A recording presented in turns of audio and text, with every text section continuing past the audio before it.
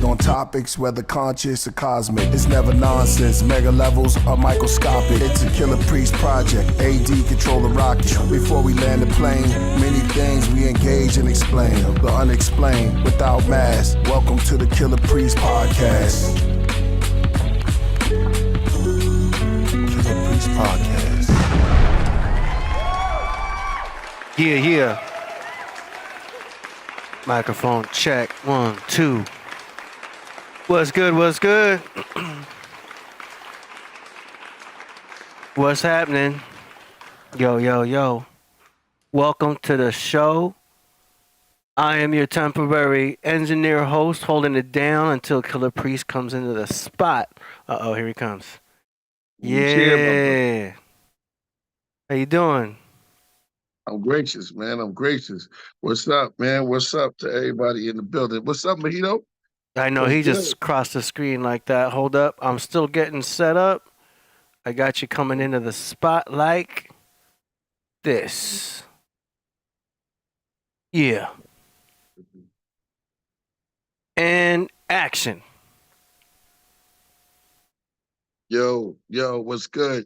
Yo, welcome to the Killah Priest Podcraft. Today is going to be a special day. We got Chuck Morgan coming to the show. It's going to be crazy. We're doing it because it's crazy storming out here. It's raining. So we're going to do it Zoom style today. You know what I mean? But further ado, welcome to the Killah Priest Podcraft. I am your host, Killah Priest Iron Sheik from the Middle East. I'm almost there, so prepare to say peace. And running the rock is none other than ADA Dizzle. Yeah, what's good? You already know. Remember, the 5% is just a nickel. You know what I'm saying? So it's like everybody knows that when we on here, we kicking that knowledge and putting it down. Hold on, let me put my head back. We're doing it the right way. We're doing it the right way. Is to elevate our thoughts and have self-awareness, elevate our thoughts and be aware of things around us, things happening, things to come, and prepare us for the future and the right knowledge. You know what I mean? The right knowledge, even if we have to go back. Y'all heard the rhyme in the beginning, but I just want to say, yo, man, how's your day today, AD? Good, man. I went off to kind of a late start as always, though, but it's all good. Shout out to my moderators in the craft room. You know what I'm saying? The Rocketeer. Shout out to who else? Come on, the craft board. Everybody out there, the backboard, craft lords. You know what I mean? Y'all know y'all making it work. No sound effects today because I have no sound effects, but AD has it. Yeah. So we're gonna go in. As you can see, hold on, let me adjust mine. You can see behind me is see, I got my Goku. Look. Before I adjust this, let me adjust the mic. And your guest is in the waiting room too, just so you know. Yeah, the guest, Chuck Morgan. Let's get it, man. He said he's gonna come with some Sumerian, you know, as I see it, that he's been studying the Sumerian language, the Numalish and the Akkadian and things of that nature. And I can't wait to get into it, man. His brother's always coming on the Podcraft, kicking knowledge. He's in Hawaii, and I can't wait to see him, man. Let's bring him out without no further ado. All right, letting him in now. Woo.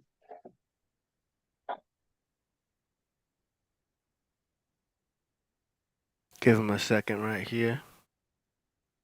Hello, man. Hey. Chuck Musnor, what up? My What man.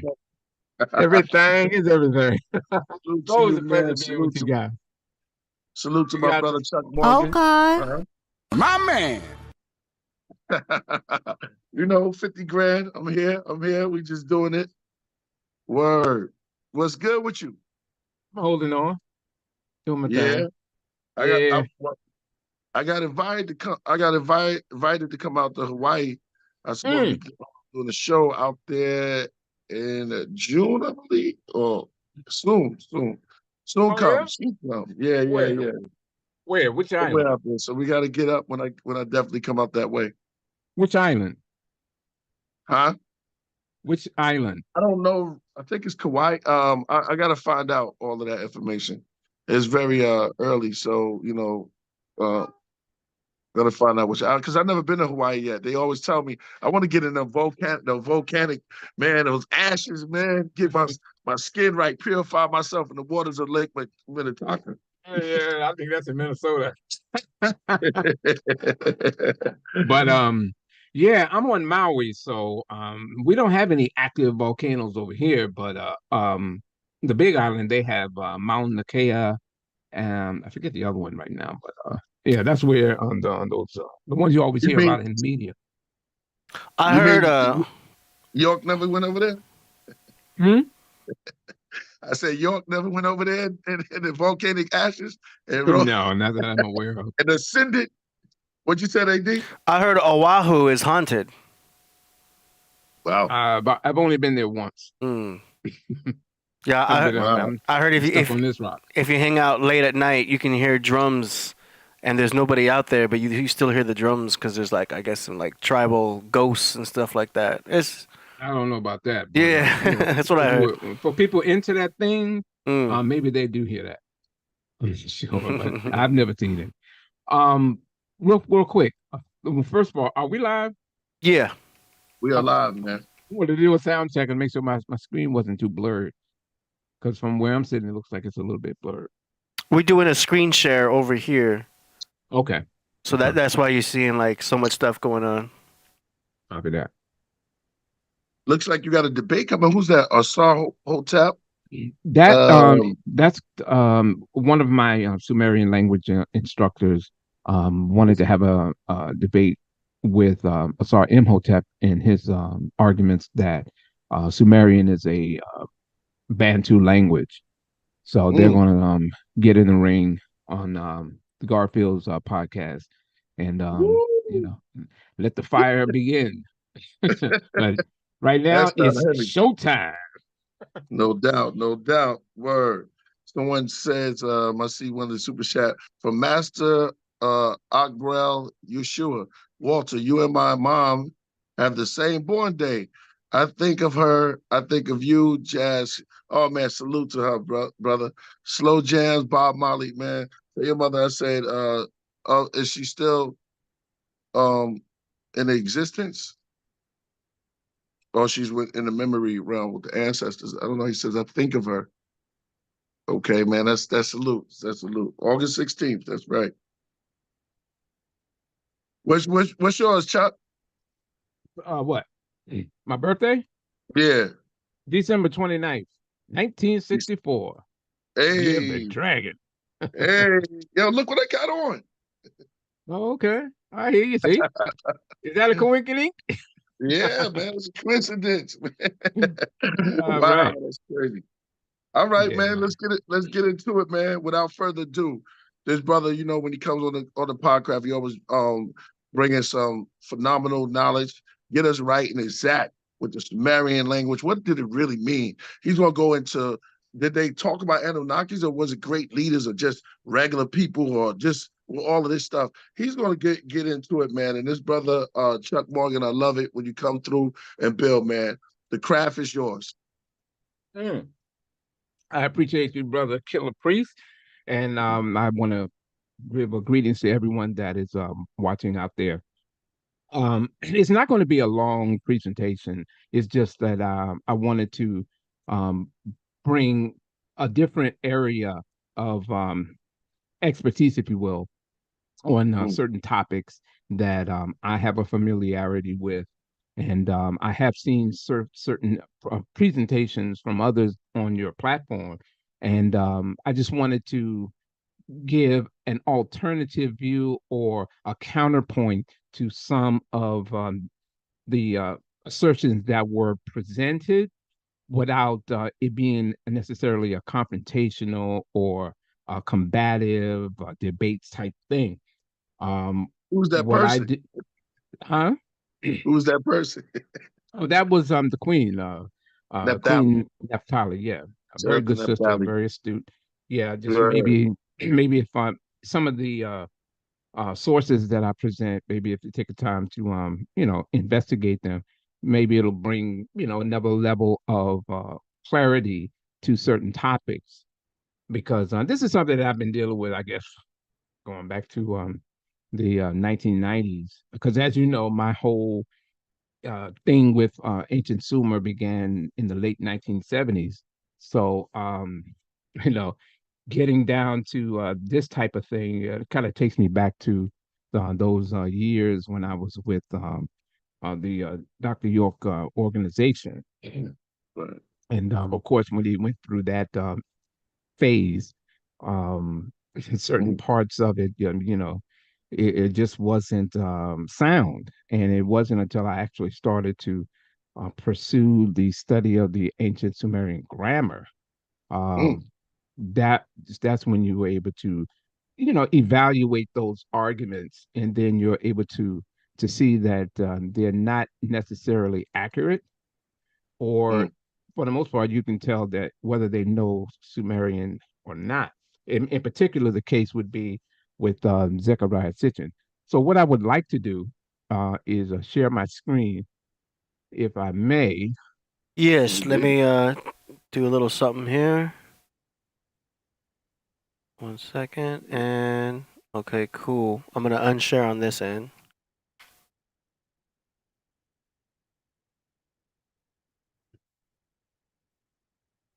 All right, you are All right, clear to share. share to share. Great. Let me bring this up, and we are going to officially begin. How do I get you guys off my screen? Yeah, okay. I guess that will work down here. All right.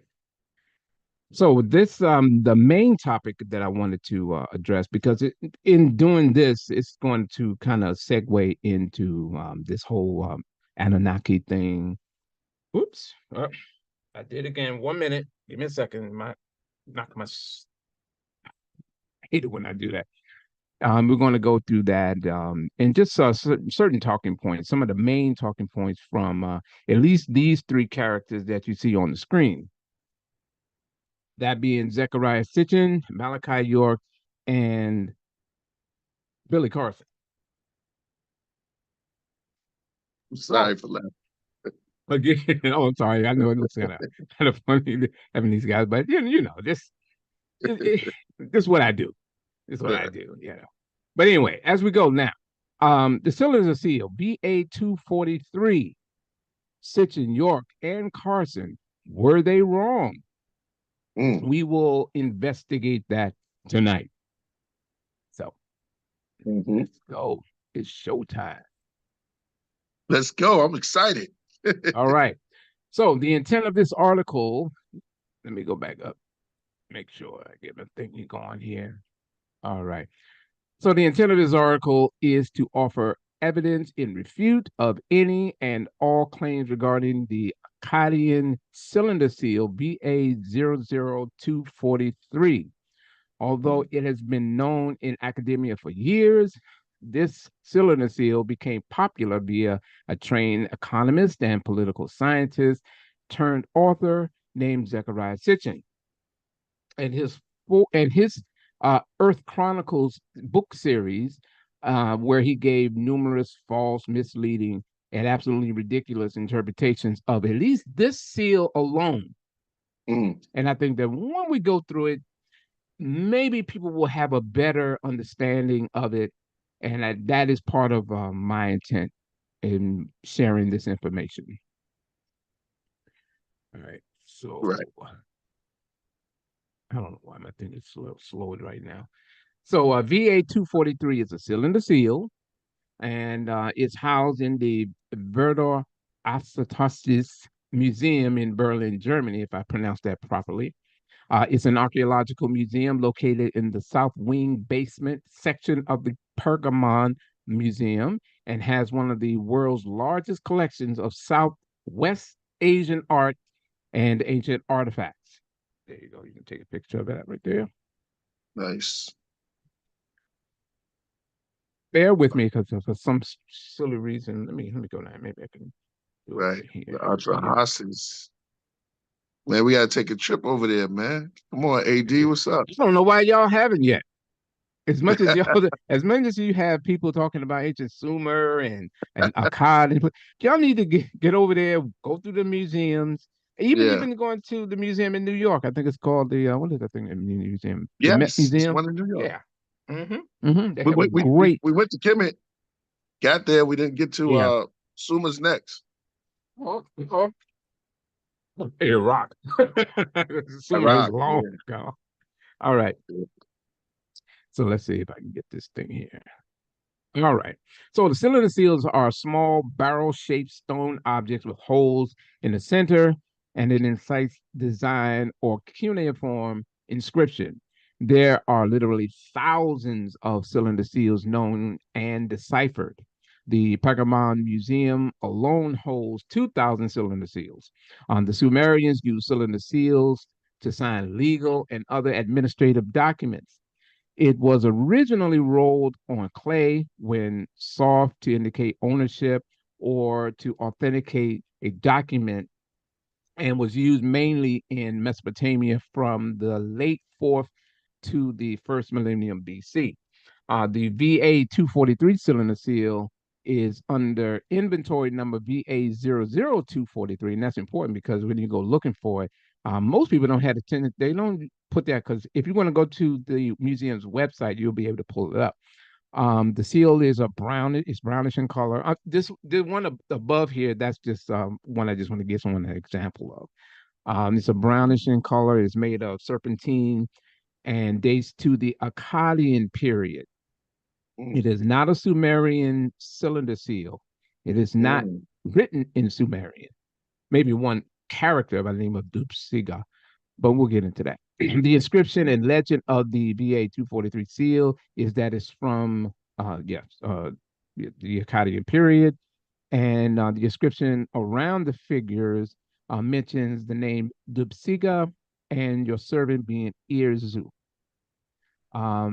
That should be the end of it generally, because the text tells you literally exactly what it's talking about. Now, when we go into planets and planetary names, well, I'm jumping ahead of myself, so let me be patient. Unfortunately, people like Zechariah Sitchin, Malachi York, and most recently Billy Carson will ignore the inscription on the seal in favor of some wild French spaceship theory, which will be explored in greater detail a little bit later. And the screenshot on the next slide is from the Pergamon Museum's own website. See it right here. This is the infamous cylinder seal that many in them YouTube streets and other places trying to do whatever they do, they've somehow been following Zechariah Sitchin's old playbook that it's just talking about planets. And that's the solar system that you see above the head of these two figures. But we're going to go into it. We're going to offer some clarity. And I hope that people take the time to investigate the information. That is important. That is what I'm here for. All right. So this, again, is the website. You can just type that in. That's all you got to type it in. It's very simple. But he tells you right here the inventory scene. And that cylinder seal is the second half of the 3rd millennium, which takes you back to the period of Akkad, or when you get Akkadian. I guess that's most people are familiar with that term. All right. So here's what we know. The seal makes a reference to agriculture for the most part. There's a minor god escorting an apparent agricultural worker or worshiper, with the central image being a plow. This minor god brings the person by hand before the great god. According to the museum's website, it's an introductory scene dated to the second half of the 3rd millennium. And one of the curators there is, you can find this at the website as well, depicted is an enthroned god in a fluffy robe with a plow in his raised hand, and introducing God facing, let me start again. His raised hand and introducing God facing him, leading a worshiper by the hand. An axe can be seen at the head height behind the enthroned God. The back of the throne the back of the throne ends in a dragon's head. Mm. The worshiper in a long rasp skirt carries a lamb in his arms. A star surrounded by circles can be seen between the introducing deity and the worshiper in the upper part of the picture, and a club, a dagger, and a pickaxe in the lower part of the picture. A legend box under which an ibex and mountains are shown acts as a scene divided and names of the owners of the scene, owner of the scene. All right, that's from German archaeologists at the Institute Oriental Department. And okay, I'm going to try. All right, next slide. Now, we're going to get kind of deep into it now. So, nish apen, wood plow.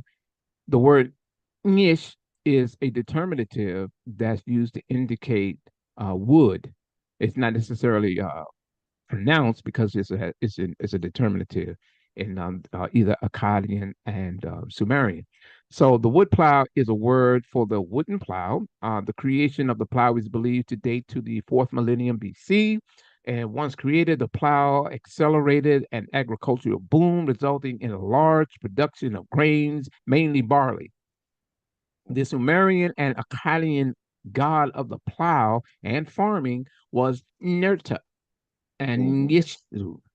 Ninurta's stock epithet is Angar, more Enlil, the farmer of or for the god Enlil. So this deity, Ninurta, was the god of the plow and worked on behalf of Enlil. And one of his names is Uru. When you see these little numbers in some of these transliterations, you have to understand that in Sumerian grammar, you can have one syllable that could have 10, 15, 20 different meanings. And that's important because if you're not familiar with the grammar, you could see something and you would think it's one thing and it's totally something different. That's why when people do transliteration or they do try to do a translation of a Sumerian text, they it's not just you can just look at it and then boom, you just translate it like that. You need to first go through a process of the transliterations where you look at the signs that you see there and write out exactly what you see, because what you see may not necessarily be what it is when you read it in context. So with these little numbers, it's an indication that this is, what do you have, 1, 2, 3, 4, depending on what the number is. So in this case, it says Uru, the divine tiller. Therefore, the seated deity on the VA 243 seal is not An or Anu. So An is Sumerian, Anu is Akkadian. Rather, it's more likely, it's more than like Ninurta, because Ninurta was the god of the plow. And you see this image here in the left-hand corner, you see that is the plow. And that deity who's wearing that crown on the head would be the deity. Okay, so I think that's pretty clear right there, because we don't have Anu being associated with the plow directly as we do in Nurta. What did what did Zechariah Sitchin say that was? Zechariah Sitchin doesn't really get into it, but he does acknowledge that it is a plow. Okay. But in all the years that I've studied all of his publications, I have yet to see any translation of the inscription that we're going to walk through tonight. Okay. I don't think anyone has, other than the late Dr. Michael Heiser, who just happened to be one of my old friends who helped me to establish the Nuwaupianism.com website. But we're going to get into that and his contribution to this topic as well. Good. So an example is a Sumerian text called the Debate Between the Hoe and the Plow. And you see the cuneiform inscription, of course, with the transliteration and the translation. The plow addressed the hoe. I am the plow, fashioned by great strength, assembled by great hands, the mighty register of Father Enlil. I am mankind's faithful farmer. That's the debate between the whole. And you can go to the electronic text corpus of Sumerian literature, which is a database online that has all of the known translated Sumerian inscriptions. It's kind of, you may want to read on how to navigate through it because it's quite complicated if you're not familiar with it.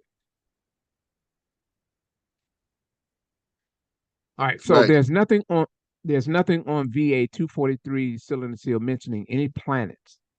All right, let me make sure because I want to make sure. Yeah, okay. All right, so there's nothing on there that's mentioning planets.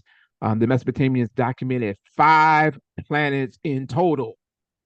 Oh, Mm. let me take a drink of it. That's kind of heavy because I Now know. that now this is where it gets interesting because we know, and being a former student under Malachi York, we are very familiar with the fact that you have the imagery of the different planets by name.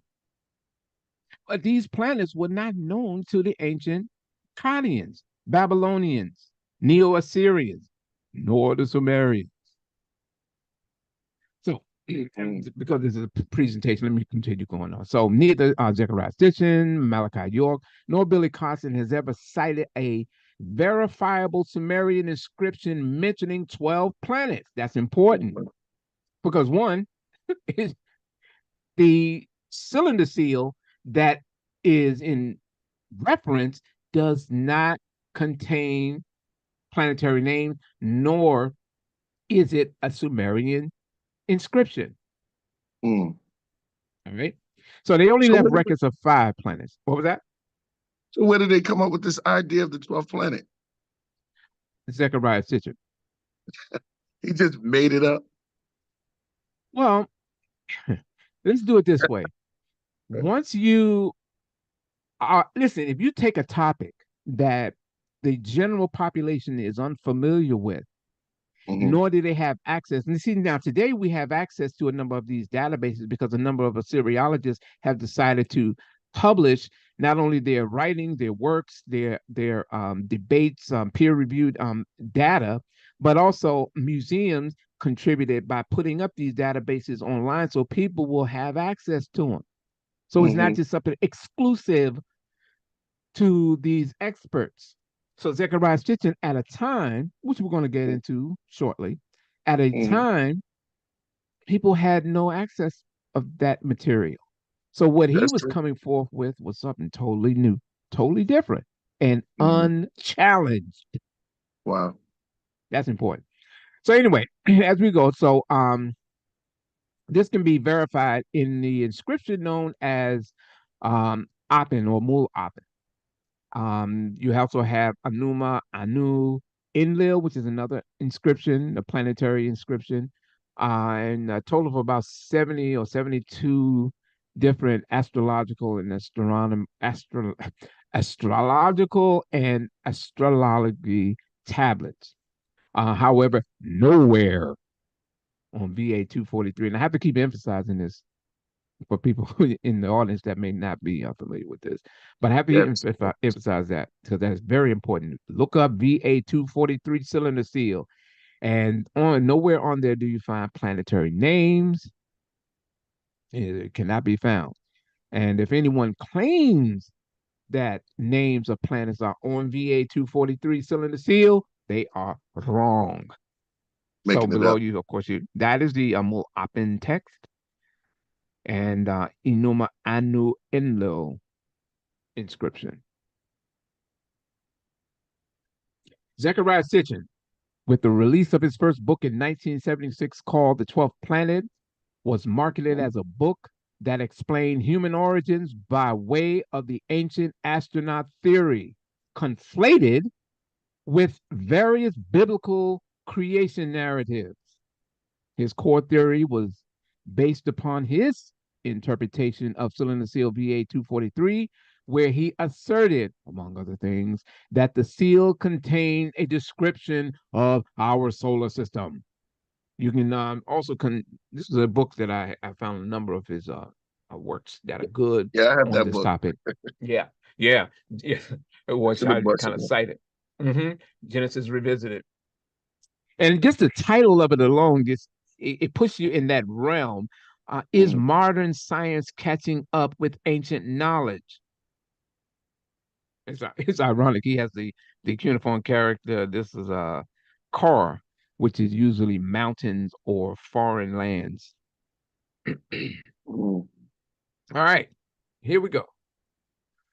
So if you look above, you'll see Jupiter, Saturn. This is from his publication, by the way, where you have the names. You have Sol in the middle, which is apparently the sun. Pluto, Neptuno, Urano, Venus, Mercurio. Of course, you see these names here. But again, well, let's go with what he says so to stay with the program. In the ruins of Sumerian cities excavated by archaeologists, there are texts specifically dealing with the solar system. And there are illustrations of cylinder seals depicting the solar system. That is now kept in the Near Eastern section of the State Museum in East Germany, cataloged under number VA 243. If we sketch the illustration appearing in the upper left-hand corner of the Sumerian depiction, notice he keeps saying Sumerian, but he knows if he visited that museum, which I had no doubt that he has, he would know that that is not a Sumerian inscription. Anyway, we see a complex solar system in which the sun, not Earth, is in the center, orbited by all the planets we know of today. It is the inclusion of a large planet in the empty space between Mars and Jupiter. We are not aware of any such planet, but the Sumerian cosmological, astronomical, and historical texts insist that indeed exists one more planet in our solar system, its 12th member. They included the host of heaven, 19, the sun, the moon, which they counted as a celestial body in its own right for reasons stated in the text. Just like Dr. Bowen would say, can I get a citation for that? When they start saying in the text, there should be a citation. But something if he's making reference to VA 243, where it gives, what was that? They count it as a celestial body in its own right for reasons stated in the text. It's not, but we'll get into that. And 10, not 9 planets. It was the realization that a planet, the Sumerian text called Nibiru, planet of the crossing, was neither Mars nor Jupiter, as some scholars have debated. I don't know of any scholars that actually debated that. I think anyone who studies the language can pretty much can obtain that just off the top. But another planet that passes between them every 3,600 years that gave rise to my first book titled The 12th Planet. The planet which is the 12th member of the solar system, although technically it is, as a planet, only the 10th. It was from that planet the Sumerian text repeatedly and persistently stated that the Anunnaki came to Earth. The term literally means those who from heaven to Earth came. Zechariah Sitchin, Genesis Revisited. Is modern science catching up with ancient knowledge, page 15 through 20. This is key. Let me take a sip. Shout out to The Rock for that delicious drink. It's Zoa. Sorry, I didn't mean to plug his thing up here on your program. My apologies. What is that, Anyway. a tea? Huh? Yeah, energy drink. Because after I leave here, I'm going to the gym. Okay. All right. So anyway, let's look at this because I'm going to pick up on what Malachi York says because York parrots Zechariah Sitchin. Plagiarize would be the better term. But parroting is a nice way of. So let's go with this last part. And I just wanted to separate from that and go over this Anunnaki thing because I think I've done it on a number of shows explaining it, but I'm going to do it here again so we can put it in the official record so that anyone that's kind of going over it, I'm sorry, somebody just sent me some. It's really safe to say that Dr. York has read this book before the public got to it, before we even got to even touch it or even knew it exists. Right. This is where a lot of Dr. York interstellar ideas come from. They come from Risk. See, what about Risk? No, wait a minute, what was that? I said a lot of this information that you said that Dr. York kind of plagiarized it from Zechariah Sitchin. Before the public can see it, where do you get all this information from, man? Well, the sisters that worked in the office that did the research, this was some of the brothers who contributed with the books because there were a couple of brothers who lived that was a part of the organization that were reading Zechariah Sitchin's writings. They shared that with them, and the sisters took bits and pieces of it, what they wanted to do, dip the characters in chocolate, and then York started to put his spin on it, and that's what helped to sell the publications. Yeah, Risk is a whole different thing. That's just derived from an Arabic word, razak. When you do the chant razaku, that's where that comes from. So yeah, this is York started teaching or telling us this stuff back in September of 1992. That was when that started. Yeah. So let's walk through this real fast and put this in the record. All right, so pause for a moment. And let's address this before moving on to York's comment. Anunnaki, the term literally means those who from heaven to earth came. This is false. Anunna is the word in Sumerian. They were revered and defined as Nun Gal Ene, the great gods, and not those who from heaven to earth came. Nun God, Nun is meaning great gods, and that Ene is the genitive for. I'm sorry, that is the plural. The living in this word. Yeah, that ending there represents a plurality. Anunnaku in Akkadian, later referred to as Anunnaki, the N is a consonant, and the rule in Sumerian grammar is words that end in consonants are duplicated. For example, Lugal is a consonant. What you see right here, you have A, Lugal, La. The A2, which is a building, and you have Lugal, Ak. The genitive of is what you have the temple, because it swings. Let me see if I can put my mouse. Let's see if you can see it. So it'd be like this. The temple or the house of the king. Okay, you got this right here, Lugal, La, Lugal, the king, house, the house of the king. So that's just a little something I wanted to show you, because as we walk through this, you'll see that it doesn't, it no way does it represent what Zechariah Sitchin claims it to be. So this little cuneiform sign here, Ah, is the Sumerian word for water, sperm, semen. You get the point. Nun Mm. here, Nun is a Sumerian term used for royalty or being priestly. And we find use of that. You can find this in the electronic text corpus of Sumerian literature, multiple places where you say Nun Gal, you see the Great Prince, you'll see that in Enki and the World Order, line 335. Just give some people that there. So next, we have the cuneiform sign Na. In Sumerian grammar, the A marks the adjective, which follows the nouns they modify.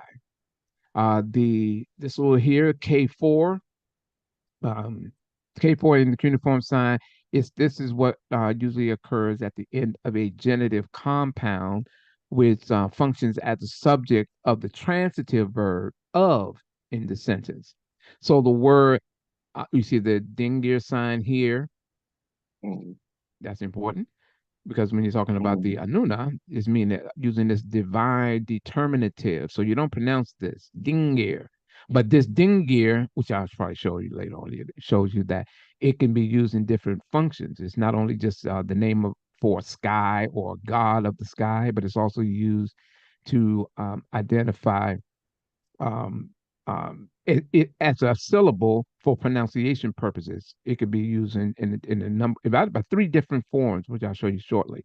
So you have Anuna, later called Anunnaki in Akkadian, Babylonian, and Neo-Assyrian, would initially be defined as being of a royal or priest-like seed or offspring, which would explain the genitive marker K4.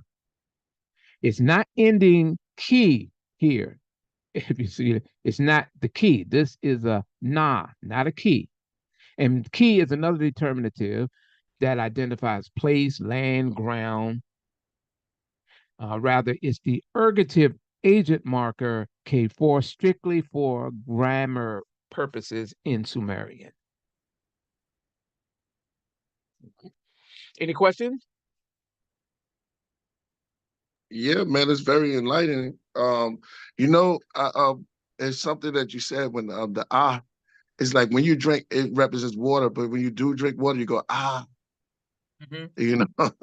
So that's a Oh, good way. yeah. I remember that. Yeah, and you said That's it interesting. represents. Yeah, That's interesting. I'm gonna tell you something. This is something that as a ex Ansar, before there was Nuwaupians, York's cult was called Ansar Allah. right. So one of the things York used to do Mhm. is something similar to that. He would say that because his premise was that, well, at that time when he was pretending to be an imam and whole Arabic thing. So he was saying that we know that Allah is the name of the true God because what happens when you're in a stressful situation? If you're falling from a plane, you don't say God, you say Allah. yeah. Yeah. You don't say Jehovah, you say Uh-huh. Allah. When you're in a state of bliss, you say Hmm. Yeah. Yeah. yeah. So you can play with those things, but it all depends on context. Context is key. So Who came up the with the eyesight? On a side huh? note, I'm sorry to cut your wisdom. Go ahead. Go Who ahead. came up with our self-lauded master as Islam? Was that? Mm. Oh, that was through the 5% lessons Clarence Mhm. 13, Clarence DeWalt's 13X, I self Lord and Master, yeah, arm, leg, arm and head to, Right. bring the concept of God as not being something spooky, intangible, Hmm. but that is a physical person, and that Right. being the arm, the leg, that whole thing. Hmm. And of course, some people would challenge that by just saying, well, yeah, if that's in the Asiatic language, and one of the Asiatic languages, I'm trying to remember how I used to do it when we was on the street arguing with these people. If it was, that would be true, brother, if you're dealing with the English, but if you're dealing with the Asiatic language, arm, a leg, arm, and a head, that can't be necessary to the fact, because if it's in the Asiatic language, you're going to be dealing with the Arabic language, so therefore it would be alif, lam, ha. Go ahead, my brother. It took me back to 92. Man, them with them man we used to debate them street debates. Yeah, Boy, yeah. them were the days. I got 100 something on my belt, so Wow, I just that's wish I had incredible. all the facts back like I have now, but that's another story. Yeah. Anyway, so Dingir, right? Mm-hmm. Let me say. So when you see Digir, that little G here, there's this little hook over top. It makes the nasalized sound, like you say, grow. Yeah. Yeah, Mm-hmm. Dingir. Yeah. Yeah. So An is the divine used as a determinative, not spoken, a word for sky or used as a syllable. Mm-hmm. Liquid, semen, sperm. Nun, royalty, priest, king, what have you. Nake, nake. The E is pronounced like an A. Nake for representing the genitive case marker of. Ne is the plural marker. Ane, ane. Mm-hmm. Um, So, in the translation of it, those of the priestly royal seed. How he was able to say that it means from this to that shows that he did not know Sumerian, or he knew it, or was familiar with it, and he openly deceived his readers. Because Mm-hmm. anyone who studies just level one of Sumerian grammar would pull this out.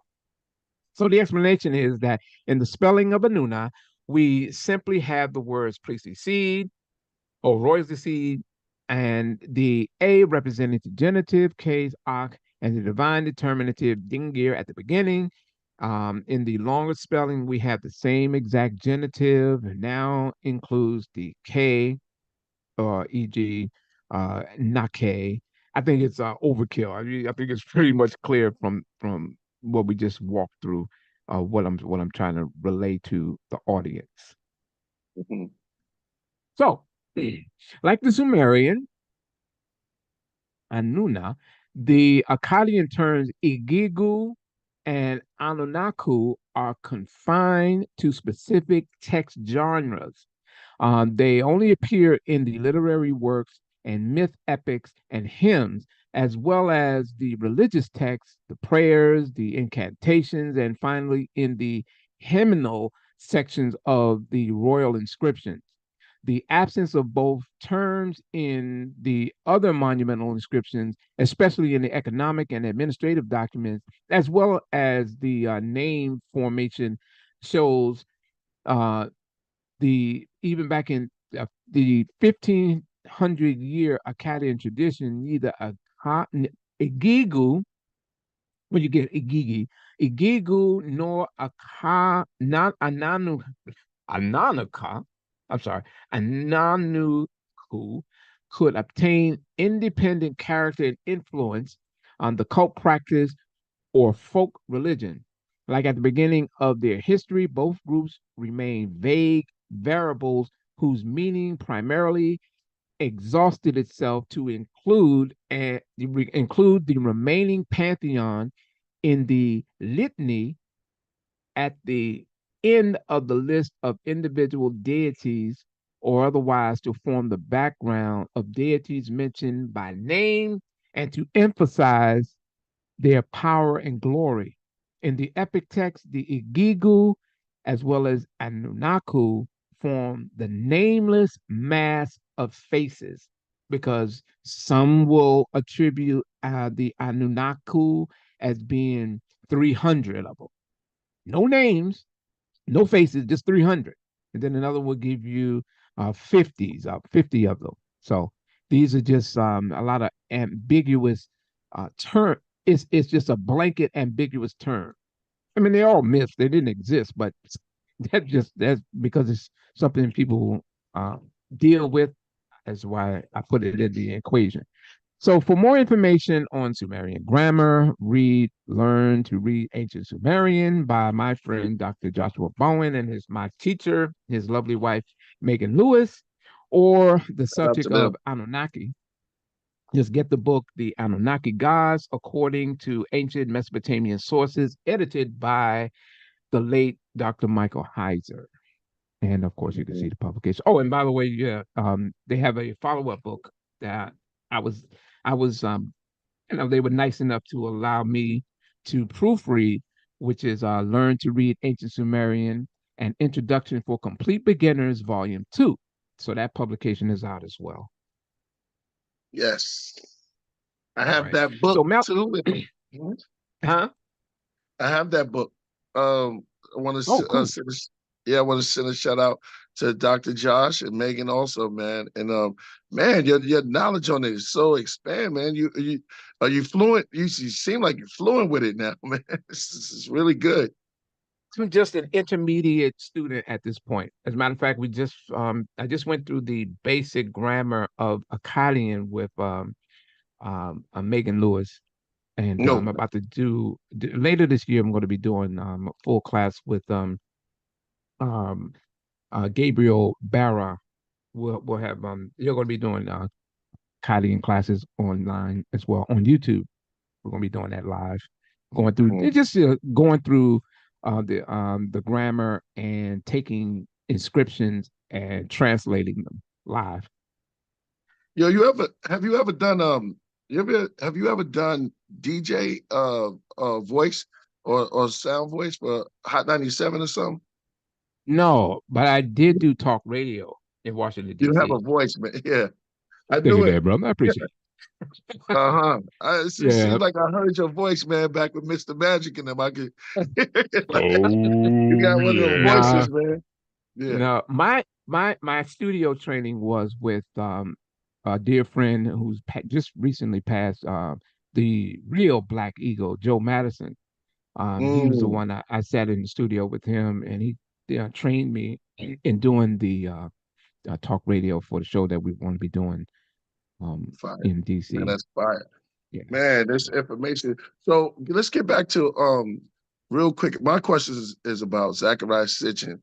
And I know Billy Carson and of course Doc, they were building on these things, and it seems like the way you're going through it, it seems like they didn't even they read it. I don't know if the Doc read it. You would know more than that. Did he read it, or did this come from his mind, his imagination? No, matter of fact, York used to tell us that I can't read those things. So he'll defer it to some of us, or he would have the sisters in the office go through the books. Matter of fact, Habiba, I talked to Habiba last week. She was one of the persons that put some of the publications together, and they would just collect different books. He gave them a budget, and they would go and get books, order books for them. I would even contribute some of the books if I came across something, and they would go through it. If he found something that's relevant to the doctrine that he's teaching at the time, he would use it, and then he would dictate what he wanted to be added to it, or they would copy whole lines, paste it in the book, and then sell it. So be it plagiarism, mosaic plagiarism, because he'll make reference to Zechariah Sitchin, but he would never cite. He wouldn't give you the page number and all the stuff where you can go and find this thing to be sound. So he was familiar with, as far as this goes, Sitchin's interpretation, because maybe he was under the impression that Zechariah Sitchin was an honest broker. But Sitchin was just like York. He was a con man. He played. Really? Hey, yeah. He had no formal training in Sumerian grammar, and it showed. It showed vividly. But because his publications and his interpretations, people gravitated towards it as time progressed. And in the next slide, I think you'll kind of understand how that type of literature became popular because of the climate in astronomy or aeronautics was concerned. Right. So anyway, Getting back to York. So York says, as some people have already read it, the Sumerians of this is what York says. York says that Sumerians of thousands of years ago knew about the solar system and the number of planets that circled the sun. It Mm-hmm. was not always 9, as many people believe. The carving that is located in a museum in East Berlin, Germany, called the Werder, I'm not even going to try. That state museum depicts a large group of 11 orbs encircling a large star or sun, which is clearly the solar system. That's from Nibiru and the Anunnaki, Fact or Fiction, page 83. The Anunnaki came to the Sumerians and gave them advanced information on the creation of the solar system and all the planets in and out of this solar system. They also taught them how to build great cities, farming, and how to build crafts that could fly in the air. No, no, you will not find any Sumerian inscription stating this. None. So now this is your freestyling it. He took some of Sitchin's claims and started expanding on it and putting his spin on it. Did illustrations, dipped the characters in chocolate, and then sold them. But that was from Mission Earth and the Extraterrestrial Involvement, page 13, which is where that picture is coming from. So both Sitchin and York are wrong, and here's why. Wow, this is crazy. Mesopotamian planetary names. These planetary names are found on Nuwaupianism, that inscription, which is the inscription that you'll find in you can find it at the University of Pennsylvania's museum website, and it gives you the list of those 5 planets. You have Mul'udu-idim, Guhad, Muzabat, Anu, Muldilibat, Sagmegar, and Mul'udu-idim Sagas. Mercury, Mars, Venus, Jupiter, Saturn. This is all. Oh, by the way, when you see these this little configuration here, Yeah. that's just letting you know that it's talking about stars or those things pertaining to the celestial bodies. Yeah. So it's clear that Mercury, Mars, Venus, Jupiter, and Saturn. Now, Jupiter stands out because, of course, we know that Jupiter is one of those planets that we see that traverses the night sky into the early morning and is given different names depending on its position in the sky. That's what the Babylonians, Akkadians, and Neo-Assyrians documented.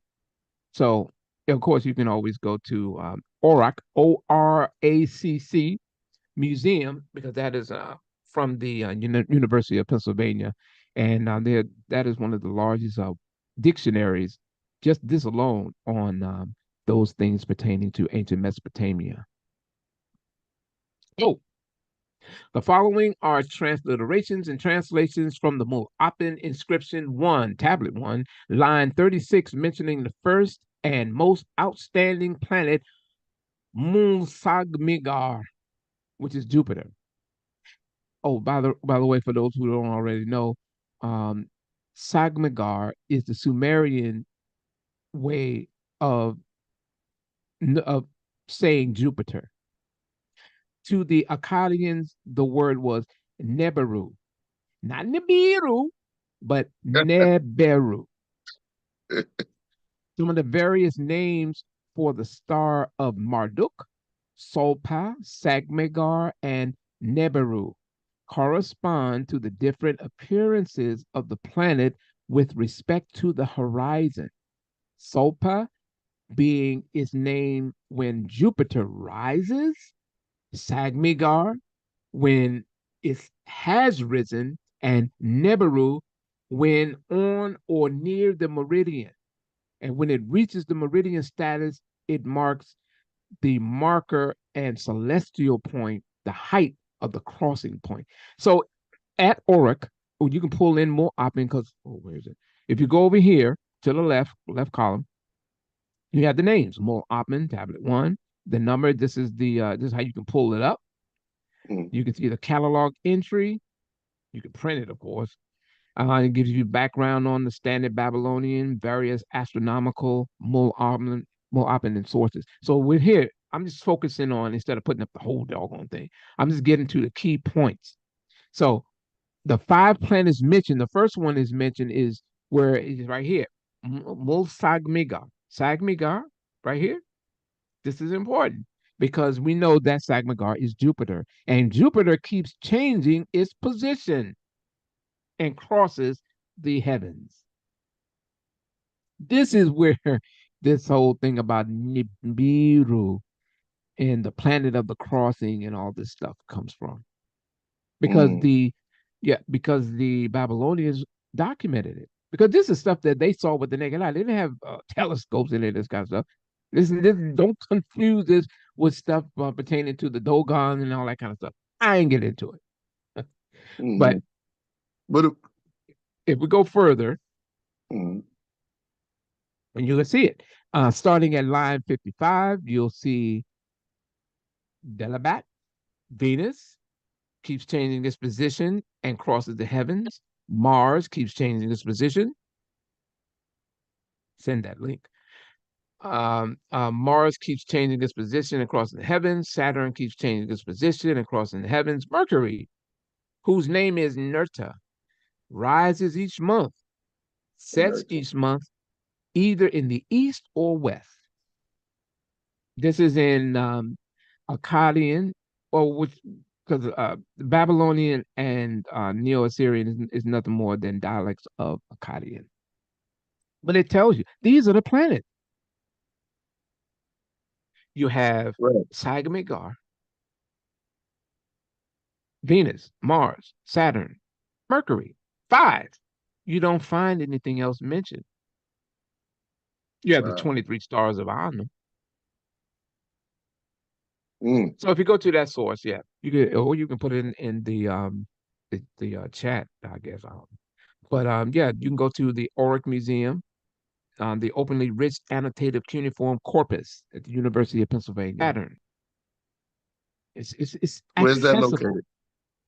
located? In Pennsylvania. Pennsylvania. Which one's bigger, the New York one or the Pennsylvania? What? The museum? Yeah. I'm not too sure as far as that's concerned. I don't know how many exhibits they have at the University of Pennsylvania. I think it's probably the University of Pennsylvania because they have a larger staff of Sumerian or Mesopotamian scholars that translate individual inscriptions. I think there's just a small section in the Met Museum. I know they have one of the heads of Gudea. They just have a small Sumerian exhibit over at the Met. So I would think that would be the University of Pennsylvania because I think they have something linked in with the University of Oxford, where the electronic text corpus of Sumerian literature, how that system is set up, and they have it plugged in. So here we go. So the inscription on VA 243, it is very simple. This is why I said it's not going to be a long presentation because it's really just something that's simple and basic that people who study this stuff for a living, or people who like myself is as a novice who's enthusiastic about it. I mean, little things like this, you kind of, travel past it, and then you get into the more complicated, very complicated study of the grammar itself. So, I put this kind of thing, I chop this up so you can get a better picture of it. So it's real simple. It's just 3 lines. You have Ili Liat, or it actually starts here because you got Dubsiga, which is here, Dubsiga. And the way that they have it in the inscription, they have it going in It's not normally in this position, meaning that it's going in a downward slope, because this God sign here would be, if you put it horizontally, you'll see it much better, which is kind of confusing for people that may not study it. And that was how, when I was going through it, I was like, wait, I couldn't find which is which, because how the Akkadians, their scribes put it together, now they chiseled it, or whatever, they put it on in clay. They just did it in this fashion. I don't know why, but that's what they did. So it's something Probably as was simple hard as headed that. back then. I was trying to freak it. Yeah. Yeah, try to tweak it a little bit and do that, come up with their own thing. Yeah. So the Akkadian language experts who have translated the inscription on BA 243 teach that it says Dupsiga Ilula Ilu Illa Irizu. And Dupsiga, which is considered the owner of the seal. Ilu, of course, everyone knows, that's familiar with Akkadian. Ilu is like a god or deity. Ilu Illa, the unnamed deity, because it doesn't give you a specific name, but most agree that is Nerta because of the association with the plow. Irzu, your servant or his servant. So Dupsiga is normalized as Dupsiga, as you see with the little dots there. Normalization is done by combing through the transliteration and writing out the grammar of what's understood. So Dupsiga, personal name, Ili, the at, referencing a deity, Irzu or Irzu, your servant. That's it. No planets, nothing. Nothing Sitchin wrote regarding BA 243. The planetary names are factual. Nothing, as he said, is factual. No textual support, nor is the inscription Sumerian. It's not even Sumerian. So people who say, and the Sumerians wrote about the solar system, and they have it on a little cylinder seal that's found in the museum. Sounds like No. somebody. Sounds like Billy Carson. Hey, well, he's on that bandwagon. But yeah, and not to be offensive, but pseudoism is big business. You see how Malachi York made millions off of pseudoism. Mm-hmm. So You take said notice of the billions? fact that, huh? Did you say billions? No, millions. That was part of his hustle. Because you got to look at some of the books. So all right, I'll give you an example. A lot of the publications that came in the latter part, because York had started, he was pushing this whole Mesopotamian kick. That was a hustle, because when he became aware of the Zechariah Sitchin thing, that would become a part of his new hustle. Because coming out of Islam, coming out of pretending to be a rabbi, Mm-hmm. he then jumped on the bandwagon of talking about ancient Sumerians and the ancient astronauts thing. Because like I said plenty of times, my father and I, because my father was an insomniac, this was why I'm an insomniac.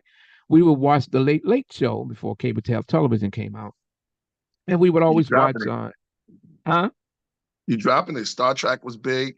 Comic books, a lot of those Mm-hmm. stuff. So it kind of worked. I see Yeah. how it worked, man. We was all in the comic books and these late like Twilight Zone. Yeah. Twilight Zone, The Outer Limits, all that stuff. And Mm-hmm. there was a documentary that came on late at night in DC. It was on WTOP or Channel 9. And we would watch it until it go to snow. When the TV goes off, it turns to snow. It was called Chariots of the Gods. And I remember you all making reference to that plenty of times. I even did a couple of articles on how he plagiarized elements or parts directly from the video, not the book Chariots of the Gods, but from the video, the English video. But it's another story. But so the point I was making was that you don't find any inscription that supports Zechariah Sitchin's claim that the Sumerians documented the entire solar system by way of this BA 243 cylinder seal. It's impossible to reach that conclusion. You see. Yeah, so I just brought this up. Again, the seal's iconography is related to agriculture. For example, in the Lagash king list, rulers of Lagash informs us that it was Enlil's son, Nyesu, who would establish for the people the plow together with other implements. Nyesu had not yet established for the multitude of well-guarded people the pickaxe, the spade, the earth basket, and the plow, which mean life for the land in those days. The rulers of Lagash, line 11 and 12, Girsu would ultimately enrich the lives of the Sumerians by way of the plows, what we pointed out earlier with the grains, cultivation, and all the other things. So the earth basket, the dusu, is for carrying soil and bricks. It's worth noting that many of the early translations of various inscriptions have since been expanded and or improved upon. So when people pull up books from 1890, and it's talking about something pertaining to the Sumerian language, you got to understand we're light years ahead of that. There have been literally hundreds of thousands of inscriptions that have been excavated, translated, and are on public databases for the people to see. So a lot of that stuff from way, way, way, way back are kind of obsolete. Nevertheless, Sitchin was not the first to mention the cylinder seal, BA 243. William Hayes Ward, in his book, The Seal of Cylinders of Western Asia, briefly discussed the cylinder seal's drawing. And this is going back to 1910. And he recognized the image of the plow, the sacrificial goat, but no word of planets, and definitely not Nibiru. So we have another, this is just coming from that text on the left side. We have another good example of the plow, figure 377, from a little different point of view, which opens somewhat more clearly the curve of the part of the beam attached to the plow. It also shows us a pin which connected the curve of the beam with the share. Here again, we have the seated bearded god and two approaching bearded personages. The first leading the second, who brings a goat as an offering. We also see the ibex near the mountains, over which is the inscription, also a peculiar star, and a dagger between a club or scepter and an axe. So I just wanted to point that out because that just goes to show you that Sitchin was already aware of this because people wasn't good. This is boring stuff. This is nerdy stuff. So this wasn't something in the mainstream. But if you know how to manipulate it, you become a wealthy man. And this was one of Zechariah Sitchin's hustles, which by default became York's hustle as well, and the others who are out there today. Wow. Give him a bomb, 19... hit me with the ball. JD still there? Yes, sir. You hear the bombs, right? Oh, bomb on me. Yeah, it's quiet bomb. Quiet bomb. It's good. Oh, no, they're there. It's an inspirational bomb.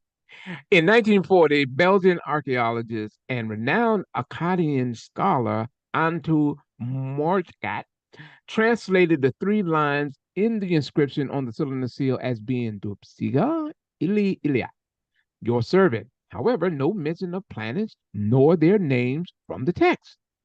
The late Professor Michael Heiser offered commentary that helps in part to support the analysis from an email correspondence he had with the cylinder seal expert, Dr. Rudy Mayer, whose dissertation was on cylinder seals. He's done several research papers and book translating cylinder seals. So here we have an expert. The seated figure is a god.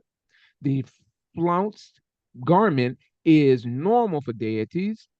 Though kings start wearing them a little later, deities also have the distinctive headdress. Most scholars call it a horn headdress, but I've always thought it looked more like flames than horns. Ancient texts often refer to deities having a bright, shiny, brilliant aspect. They don't mention horns. The introduction figure also has the horns of divinity. So that you can find that on sitchiniswrong.com. That correspondence with because it's more than that, with Rudy Mayer and Michael Heiser. Mm. So according to Malachi York, in a book called "Does Religion Sumerian. Breed Ignorance?" and Wow. the Sumerian Torah, The York makes hell the is that? following York makes the following claim.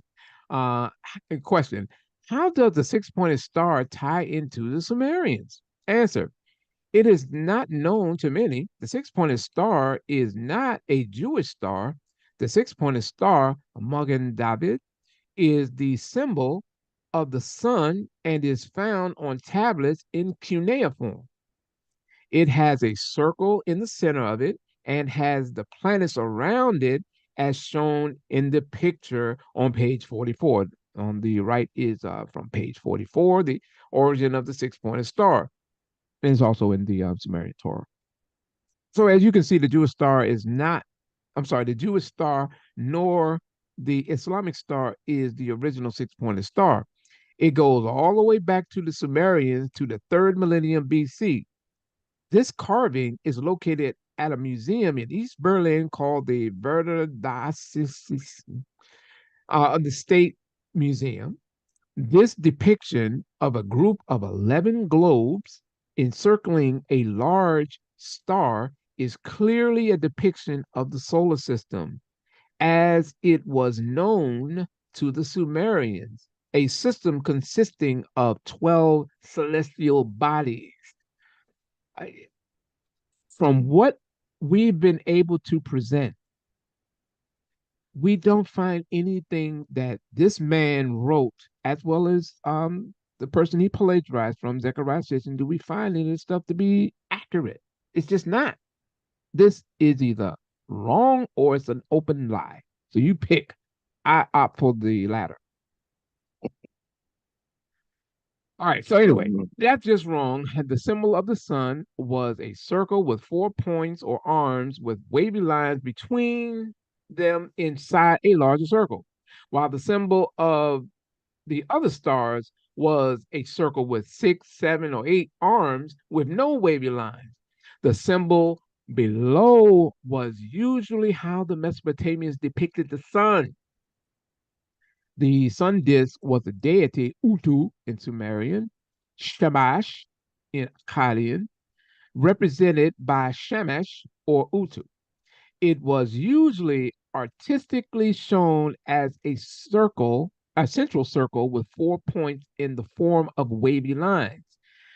Here is from, this is from elite Akkadian scholar Jeremy Black and Green, an illustrated dictionary, Gods, Demons, and Symbols of Ancient Mesopotamia by Black and Green.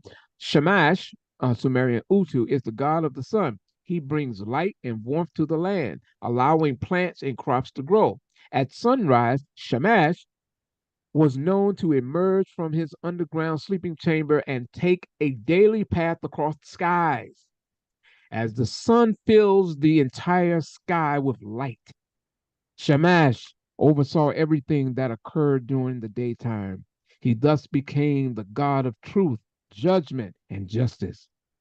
Shamash also played a role in treaties, oaths, and business transactions, as he could see through deceit and duplicity. As a defender of justice, the sun god also had a warrior aspect. That is from Black and Green's, their analysis of this symbol here of Shamash and Utu. And for the record, Malachi York also claimed to be not only being the son of Enki, being the son of Enki, he called himself Amar Utu. He was the sun god of ancient Sumer as well. But that's another story. Anyway, this limestone tablet of King Nabu Aplu Idina being led into the presence of Shamash, the sun god. It's going back to 860 BCE. Shamash sits in the Ababar shrine and holds the rod and ring symbol of powerful kingship. Now, you may have seen this, different people saying that, oh, see, these are the giants and these are the people, and this is talking about this Anu and no, Mm, this mm, stuff is real simple. I mean, mm, aside from the fact that the Babylonians, Neo-Assyrians, or even Akkadians, they had vivid imaginations when it came to their godhead, because they had a god of everything. The Sumerians had a god of everything, you know. mm, But that was just the way that these people dealt with day-to-day living. mm. A lot of Adoration yeah, But anyway, my point here is that you can clearly see this depiction of the sun, and to the right you have the king. Well, on the left you have the king being escorted before Shamash. So we're just about in this presentation. So the Babylonian Kuduru stone relief, which was a stone document used as a boundary stone as records of land grants to vassals by the Kassites in ancient Babylon between 16th and 12th centuries. Is further evidence. The unmistakable sun disk with the wavy lines, distinguished from a star and the moon. You see this right here? And this goes up. So you have a star here. yes, it. Of course, we have that crescent, and then we have the sun. There you have it. It's not hard. It's not. It's not hard. You even got these little, they look like beehives. These are crowns of deities. But you can go through the inscription. I go through all that. Um, yeah. So I forgot something I was going to say, but I just passed my thoughts. But anyway, the Mesopotamians only documented 5 planets. That's established. That's a fact. You cannot go beyond that. If you do, you need to present documentation, evidence, inscription, or textual documentation of these other planets. Because the names of the planets that, what's his name, Sitchin and York and all these other people brought up, you need to find the cuneiform characters that supports it. You need to pull up the inscription, the text that supports that argument. So the Mesopotamians only documented 5 planets. Thus, BA 243 could in no way be referring to 12 planets. It's vital to note Zechariah Sitchin's first book, The 12th Planet, was released in 1976. In the direct aftermath of the last Apollo moon landing in December 1972. This was at a time when rockets was all the rage and the only believed means for interplanetary travel. That's why if you read Zechariah Sitchin's books, he's like, well, damn, these people are supposed to be so advanced, but they're still using the old rocket engines. This would explain the apparent acceptance of Sitchin's claims that the Anunnaki would travel to Earth via rocket ships, a belief popularized by the ancient alien advocate Eric von Daniken, who in his book Chariots of the Gods in 1968 and his documentary Chariots of the Gods in 1972. What Zechariah Sitchin was successful in doing was he was able to fill in the gaps, the missing links of von Daniken's arguments. In contrast to today's ancient alien theorists who grew up on Star Trek, as like you mentioned earlier, they grew up on Star Trek back in the 80s and Stargate series and the likes. These modern proponents of people today, like Billy Carson, they've moved the goalpost to suggest that these aliens, instead of using rockets, now they using Stargates, traveling faster than the speed of light rather than the old outdated Apollo rockets, claims of Sitchin and Daniken. So yeah, there's the 12th Planet book, and this was the rated. It was rated G as a documentary from the book that shattered conventional theories of history and archaeology. Chariots of the Gods. I would recommend you go on YouTube at some point and just go through it. I actually, believe it or not, every Friday, just about every Friday, if I'm laying in bed with my girl, we just sometimes I will put it up and she's asleep. I'm going to watch Chariots of the Gods. Why? Because me and my father used to do it, and I just kind of just get a kick out of watching this stuff because they go in the opening. Of course, it gives you different rocketry experts and everything that's dealing with interplanetary travel, but they're using the old convention of rockets. Even Sitchin said that the Gingir, which is the term that's used for the sky or sun. I'm not sky, not sun, the sky or God on. He said Dingir was two words, din and gear, and it's supposed to be mostly mean a rocket ship. That's false. But again, my point to show why this stuff was so easily accepted was because we were venturing into this the interplanetary thing, and with the Apollo moon landing, all this other stuff. That's when Sitchin it was made for Sitchin, and that's how he was able to parade this stuff with book after book after book. So around the 1980s, York picked it up and carried it, and then we, meaning black folk, started connecting with it. And all York did was he just took the characters and turned them into Negroes. I said he dipped them into chocolate. Right. No, I think that's about the end of my presentation on that. And I want to thank you for allowing me to share that. Man, that was great. That was great, my brother. Yo, there's so much stuff you touched on, man. Now today would be the modern. Would you say it would be Billy Carson would be like the modern? And I haven't attended none of his classes, but we do. He been on the show a couple of times. We do reference to a lot of stuff that he be saying, but it's just to get us to build points. But I don't know if he read what was that you were reading, the Numa Alicia, the Sumerian, just the Sumerian writings. So the Atrahasis. I didn't mention Atrahasis, but we can get into it. And I think that I'm glad you brought that up, because then that's going to take us into another area, because as part of what I wanted to address was the concept that people are now saying that the Sumerians were taught various things, and one of the things was that the gods, or the Anunnaki, came down and were mining for gold, and that's something again.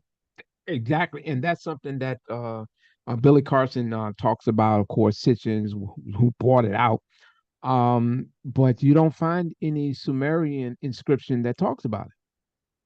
And I'm going to show you what I mean in a second. Right. So yeah, Billy Carson is just one of the modern versions of those ancient alien advocates. I'm being polite, because I could be an a-hole when it comes to certain things. Right. But whatever his motivations for putting this stuff out in a manner, he's getting that kind of support from various people. And like I said, pseudoism is big business. And I was telling my son, who's out there watching right now, a lot of this stuff is a lot of it is old European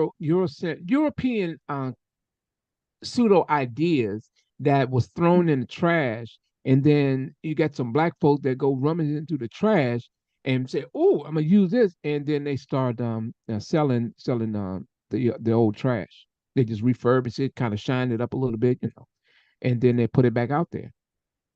When you're talking about when you're talking about stargates, you're talking about like portals, right? Yeah, that's the updated version of the old Zechariah Sitchin concept of the rocket ships, because throughout his publications they're always making a constant reference to the crafts that the Nephilim or the Anunnaki were piloting, and these were the rockets that were going through different places. In fact, in certain aspects of it, and there's another area that we can touch on briefly because these are real short points. Nebiru. Nebiru was just a Akkadian and Babylonian Neo-Assyrian term identifying the planet Jupiter, and it was the brightest star in the early morning when it hits the horizon. Okay, and that essentially that is what it was. But the ancients built storyline narratives around it, great epics. The same way that we would have storytellers, but not necessarily be taken as fact in a modern world. So let me I don't think I necessarily have to really I want to Are you familiar with David Wilcock? I've heard the name. Yeah, he claims that there are still portals today in South Iraq. Yeah, I know. There's it's a lot of stuff like that, and I try to if I'm going to be a critique a scholar on this type, I wouldn't even say a scholar. I would critique some of these guys that are out there. I would just like to look at their material and what led them to this or that conclusion. Because in analyzing Zechariah Sitchin and the updated versions of it, it's just not there. You cannot in this day, you cannot in 2024 say that the Sumerians talked about 9 or 12 planets. You can't say they talked about Nibiru or Nibiru because Nibiru is Akkadian, not Sumerian. When the Akkadians were conquered and basically killed off by the Guti, and then I think it was Shulgi, Ornamu, and all them, when they pushed the Gutian, the wild savages of the mountains of the Zagros, pushed them out of Ur, and then they brought Sumer back to his pristine purity. I think I heard that before, but it brought him back to that period of glory during what became known as the Sumerian Renaissance, which is nothing more than the period after they kicked these wild people that nearly destroyed Sumerian civilization. They went on this campaign to put more information out. There was a period where you had the most writing, epics, administrative texts, thousands and thousands of cuneiform tablets that we know of today. A great majority of them came during this Renaissance period, but you just don't find any mention of Nibiru, because again, that was something that came by way of the Akkadians. What I wanted to go into real fast was did the Anunnaki mine for gold that Zechariah Sitchin, Malachi York, and Billy Carson talks about. It's just not there. Right. Huh? No, the mining for gold. I was just repeating. Right. To make sure so we're clear. You mentioned the Atrahasis inscription, which is the Akkadian script. So on tablet 1, line 21, it talks about how the gods were, quote, digging water courses, canals they open, the life of the land. The Igigu or Igigi gods were digging water courses, canals. They opened up the life of the land. The Igigi gods dug the Tigris and Euphrates thereafter. The Atrahasis does not talk about Anunnaki mining for gold. It ain't there. Nope. So when people like Billy Carson talks about it, he's at a disadvantage because when someone who may be in the know asks, "Can I see that in the inscription? What line of the tablet Atrahasis mentions that?" He can't do it. You can challenge any of them on it because it does not exist. What it will tell you is how the Igigu gods were digging watercourses and how they dug out the Euphrates. Doesn't talk anything about gold, nowhere.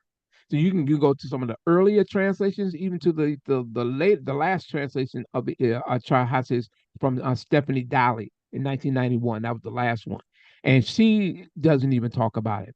Matter of fact, she says that the gods had dug out canals, had the cleared channels, the lifelines of the land. The gods dug out the Tigris Euphrates and then dug, or the Tigris, and then dug out the Euphrates.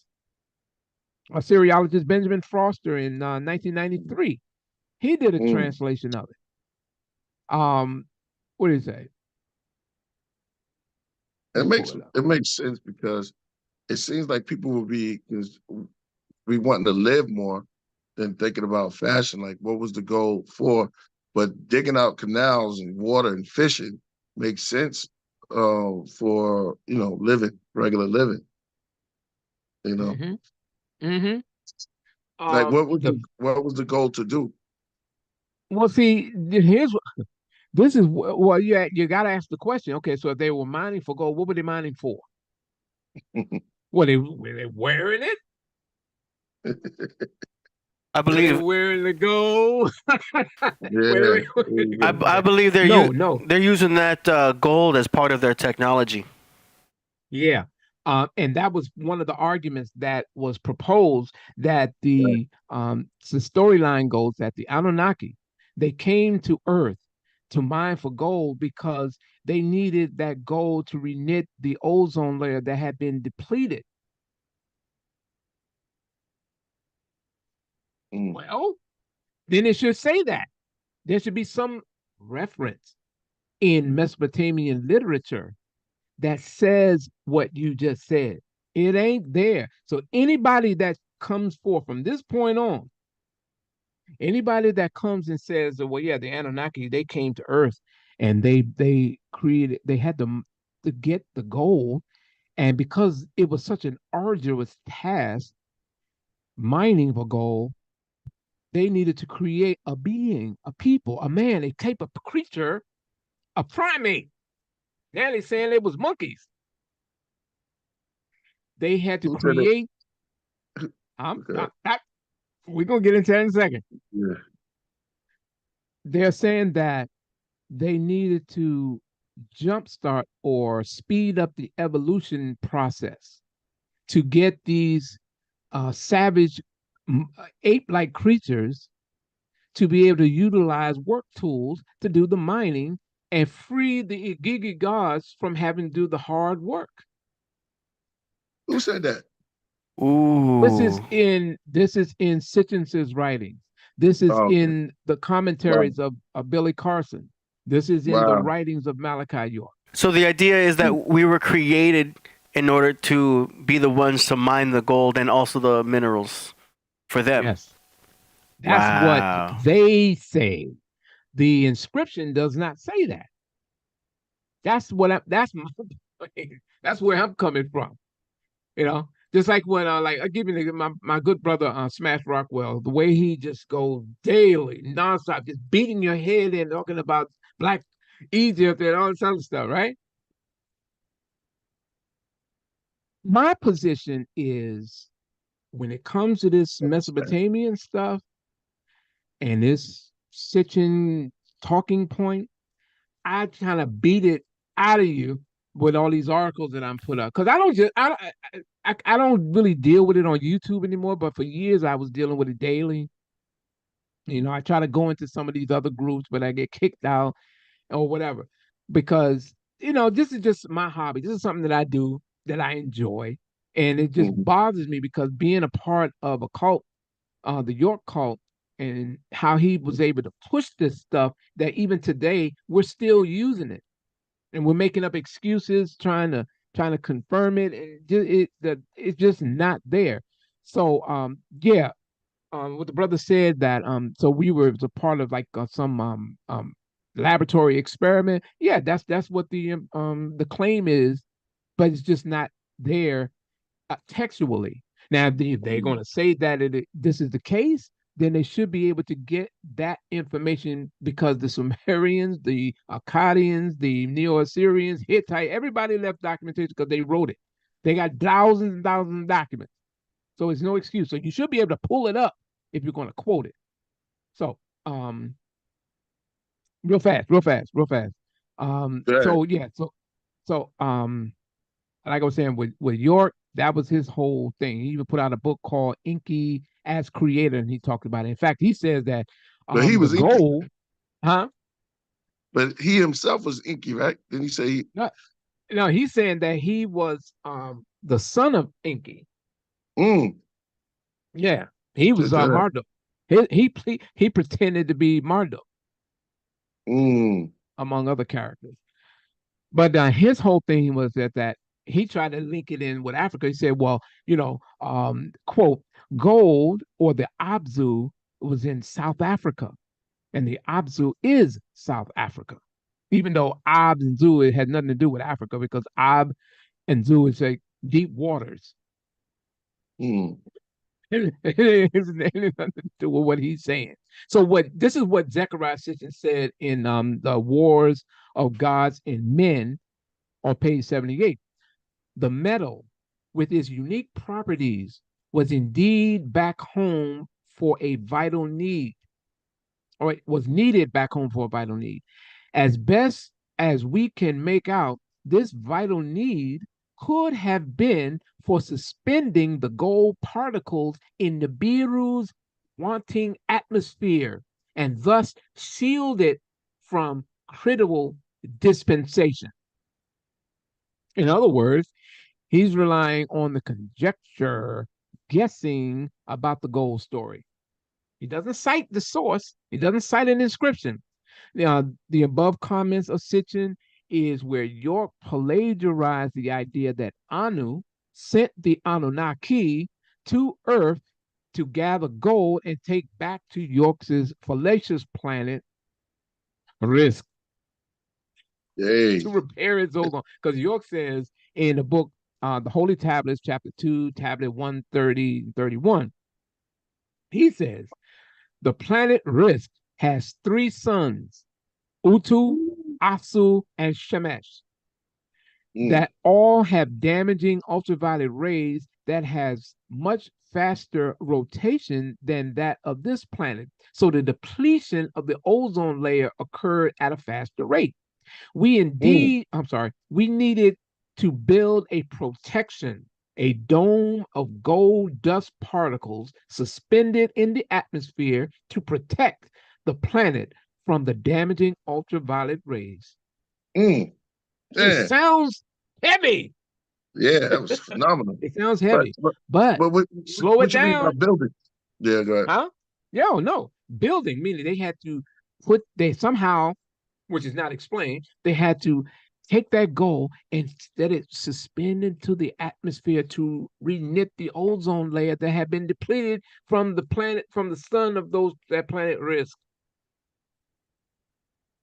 So he just took Zechariah Sitchin, huh? So who's doing that? He said that we would have to do that, or they did it? He's saying that the Anunnaki did it. Oh, okay, got you. I thought he was giving an order back, a celestial order back. I heard some people say you have to physically build the kingdom. Well, let's go. Yeah, but his whole thing with the Anunnaki is that they are Riskians. So he's saying that the people of Risk. Yeah. So he just took Sitchin's writings and then came up with his own storyline. Wow. All right. So, in a nutshell, so for those who may not have got it, the Sumerians do not have any text that says that the Anunnaki because that word didn't even exist during that time. It was Anuna, the priestly, those of the royal heavenly seed did not come to earth to mine for gold. You do not have a Sumerian, Akkadian, Neo-Assyrian, Hittite text saying that An or Anu directed the Anunnaki to come to earth to mine for gold. You do not have them going to South Africa. It's not there. Sorry. Right. That should be established. Right. And to the other point that we were going on, and like I said, if you go to my website, Nuwaupianism.com, and go to the section called Right Knowledge Gone Wrong, all of this stuff is documented. I have all the sources there that you can walk through it, and it's irrefutable because I'm trying to make sure I cut off all the wiggle room that any of these people can use. Okay? So one of the silliest arguments or claims from Sitchin was that well, let me read what he says, and then you'll kind of some things may come back, and it's real fast. Yeah, I'm holding on to my seat for this one. Yeah, better. Question: I see genus Homo and Homo erectus. How does Homo sapien come in?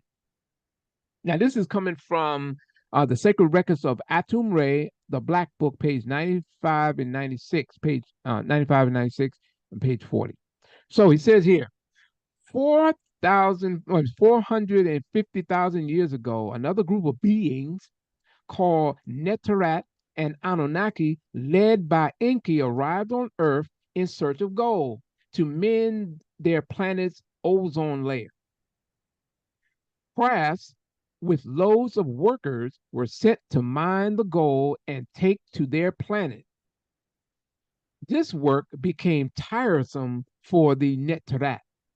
The Neterat is supposed to, I guess, be the Egyptian equivalent of Anunnaki.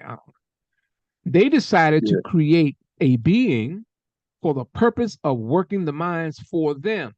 So Enki chose a being that already existed on this planet to do the labor. Question: how did Enki go about performing that task? 96. Enki chose Mother Ninti, the wisest scientist and geneticist, to breed the Homo erectus with the genes of the Neterat and speed up its evolution. This was done by what is called genetic manipulation today. Ninti took the blood which carried the genes of the Neterat and mixed it with 14 females in the erectus state of evolution.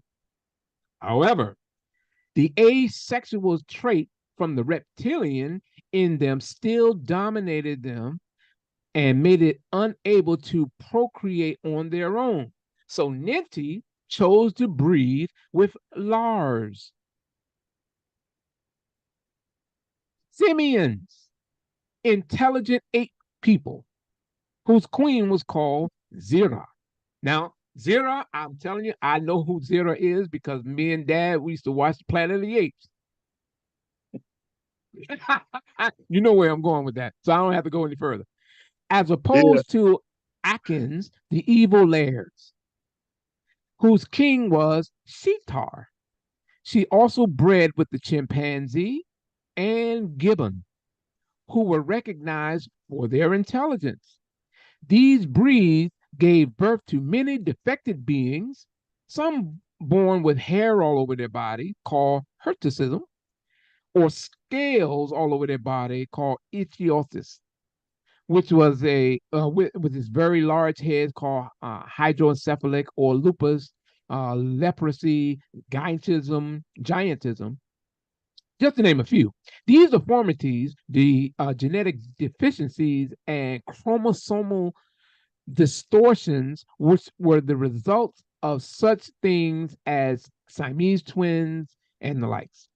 So this text is telling you that Enki and Ninti used some monkeys, chimpanzees, if you will, great apes, gibbons, to speed up the evolution of these beings that were still in their, what's the word they use? in the erector state. Mm. Where is this documented? That's all I want to know. Show me. So Show me. So you got an alien monkey. Yeah, I got you. So the aliens they came down from a risk, or they came down from wherever Anu allocated them funds to come down to Earth to mine for gold, and then in the process they said, "Look, this is just too hard. We can't do this. We need to come up with. We need somebody else to do this stuff." I know a being that already exists, and they're in the erectors, the Homo erectus state. And all we need to do is mix our genes with them, and then we'll speed them up, and they can do the work. Is it Who said this? Go ahead. I'm sorry. Is this Dr. York or Sitchin, or both of them? And this is York's explanation on how these people came to be. Sitchin touched on it because in his thing he talks about how they were taken to Alelu. There was a battle between Enki and Anu and Alelu on Mars, where the Mars project was supposed to take place. Stuff that, again, none of this stuff is documented in any Mesopotamian inscription. That's all I'm saying. If you're going to use it, then present the documentation from the text that can be, not just you quoting it, that it can be confirmed. Then we can look at this stuff, because we got more than enough. Look, every other Saturday, I sit with young people and we go through Sumerian inscriptions, translating. It takes a little while, but we're getting through it. I'm a student of this stuff, and I enjoy it. So now when I look back and I see these guys that are making all kinds of claims, we don't see it. So we say, hey, well, if you say it, you believe it, then you should be able to show it. So again, like I was saying, that creation epic, yeah, the Sumerians, Akkadians, they all had their different creation stories, because there are. I'll give you. Let me give you one. Let me give you one. I came across this last night in preparation for this thing. If you go to case in point, now, well, that's going to another area, but what we just went through, you said Ninti and Enki. All right, so in the Enuma Elish, tablet 6, line 24 through 40, it talks about how Kingu, not a monkey, not an ape, and nowhere in the inscription is Kingu identified as being a primate. But it tells you this. Now, this is from Enuma Elish, tablet 6. Now declare the truth on oath to me. Who was it that contrived the uprising? Because if you know the story about this rebellion as to why, which led to the creation of human beings, according to them, that there was a rebellion because those who were doing the arduous task of mining for gold, they rebelled. They got upset. And this is why they had to put a stop to this stuff and come up with a creature that already exists. So anyway, it says, who was it that contrived the uprising and made Tiamat rebel and join battle? Let him be handed over to contrive the uprising. His guilt I will make him bear. You shall dwell in peace. The Igigi, the great gods, replied to him, to Luga Demir Rakia, counselor of the gods, their lord, it was Kingu who contrived the uprising. Kingu, and made Tiamat rebel and join battle. They bound him before A, and that's Enki. A in the Enuma Elish, they refer to him as A, or EA, some people call it. But A, they imposed on him his punishment and severed his blood vessels. Out of his blood they fashioned mankind. He imposed on him the service and let free gods. He imposed on him the service and let free the gods. After E, the wise had created mankind. So in the Enuma Elish, it tells you, and just because the Enuma, how things were on high, they had this creation epic talks about how the people or humans came to be. And according to this, it was by way of killing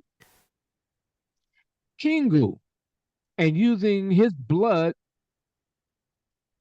to come up with human beings. That's just one epic, because they got plenty of them. They got lots of Mesopotamian creation epics. Let me see if I can pull one more up. That's Nibiru. I'm not going there with that right now. Let me see, where is that? Hold on, give me a second. Give me a second. Oh, I hear the music playing. Hold on, I'm about to wrap it up. I have to wrap it up. You good? You good? That's an industry. New York City. I wanted to ask real quick, were they just mining for gold, or are they also looking for other elements? According to the proponents of that theory and that argument, they put the emphasis on gold with a slight reference to other minerals. Because I assume silver and zinc and copper would be also valuable. Yeah. But the heavy emphasis was placed on the gold. And because of that, many of these narratives have gone and taken their own new direction. There is an inscription called Enki and Nima. And the tablet one goes like this, and you can pull this up on the electronic text corpus of Sumerian literature. Enki and Nima. Matter of fact, can I share my screen? Of course. Yeah. 1 second, I'm gonna unshare here, and find it. And you're clear. Give me a second. Okay. Sorry, I'm trying to. Oh, there it is. Boom. Let me know when you see it. We see it. Yep. Yep.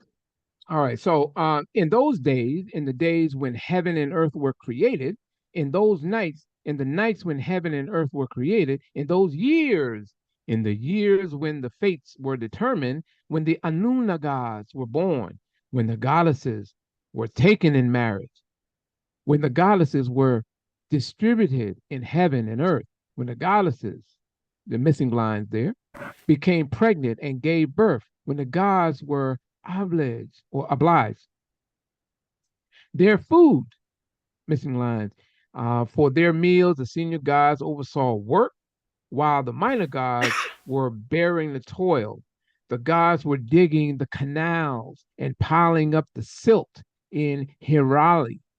The gods dredging the clay, began complaining about life. At the time when one of great wisdom, the creator of all the senior gods, Enki, lay on his bed, not waking up from his sleep, in the deep Inger, that's the deep, in the flowing water, the place inside of which no other god knows. The god said, weeping, he is the cause of the lamenting Nama, the primeval mother who gave birth to the senior gods, took the tears of the gods to the one who lay sleeping, to the one who did not wake up from his bed, to her son. Are you really lying there asleep? And, missing line, not awake? The gods, your creatures, are smashing their, missing line, my son, wake up from your bed. Please apply the skill deriving from your wisdom and create a substitute for the gods, who that they can be freed from their toil. Now, at the words of his mother Nama, Enki rose from his bed in Hal Ankug, his room for pondering. He slapped his thighs in annoyance. The wise, intelligent one, the prudent of skills, the fashioner of the design, a design of everything brought to life, birth goddesses. Enki reached out his arm over them and turned his attention to them. And after Enki fashioned and designed by himself, he pondered the matter. He said to his mother Nema, "My mother, the creature you planned will really come into existence. Impose on him the work of carrying baskets. You should need clay from the top of the Abzu, the birth goddesses. Will nip off the clay, and you shall bring the form into existence. Let Ninma act as your assistant, and let Ninima and these other characters stand by as you give birth. My mother, after you have decreed his fate, let Nima impose on him the work of carrying baskets." This is another one of those creation epics.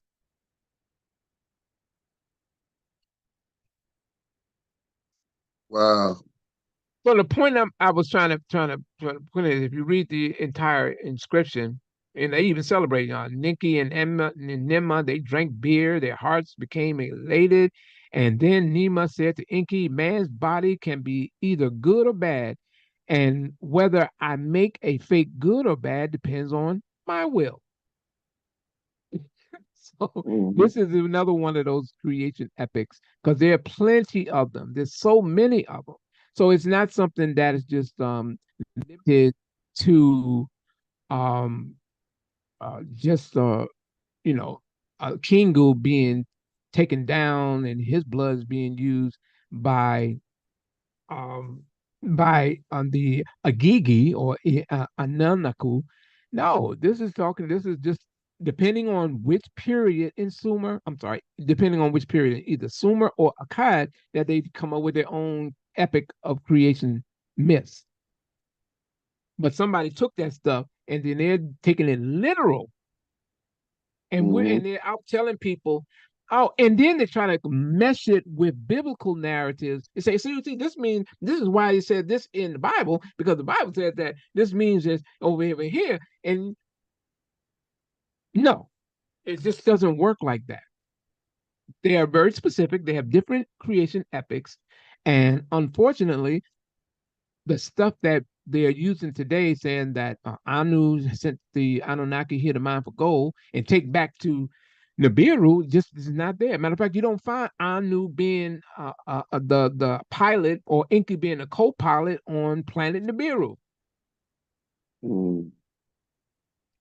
So, to make a long story short, I just wanted to contribute to the argument by offering some of the research that I've done, which I've had this thing for years. I just never really even put it out. I just put it there just in case I have to deal with some of these people online. And I put some of it in the article, in some of the articles on Nuwaupianism.com. Some of the, whenever we talk about the whole York thing, this comes up. But to just make it simple and easy, those arguments are outdated. They're long dead, but for some reason they're still being pushed, because you will not be able to cite a Sumerian text that mentions the Anunna or Anunnaki or Igigi having to come to Earth and mine for gold, because they only knew of 5 planets that their astronomers could see with the naked eye. That's it. So that's just what I wanted to do. I wanted to give some clarity, context, and offer to those who are into that kind of stuff some sources to where you can go in and challenge them to present the inscription that supports those arguments. Now, if you want to say it's not documented, this is how we are just assuming for the most part, then fine, just say that it's not factual. We're assuming, we're just making this stuff up. But no, it doesn't occur according to the ancients. We just read this in English and we're going to come up with our own interpretation. If you want to say that, then that's fine. That's your thing. But do not say that the Sumerian scribes, Dupsar Ane, wrote this stuff. Because this is what I was going to pull up about the whole Nibiru thing. Um, you know, it's just not there. I can pull so much stuff I got up here. I can pull up. I'm not even going to waste my time anymore with that. I'm not going to waste your time with it. Let me put it that way because it's kind of rhetorical in a sense, like overkill at this point.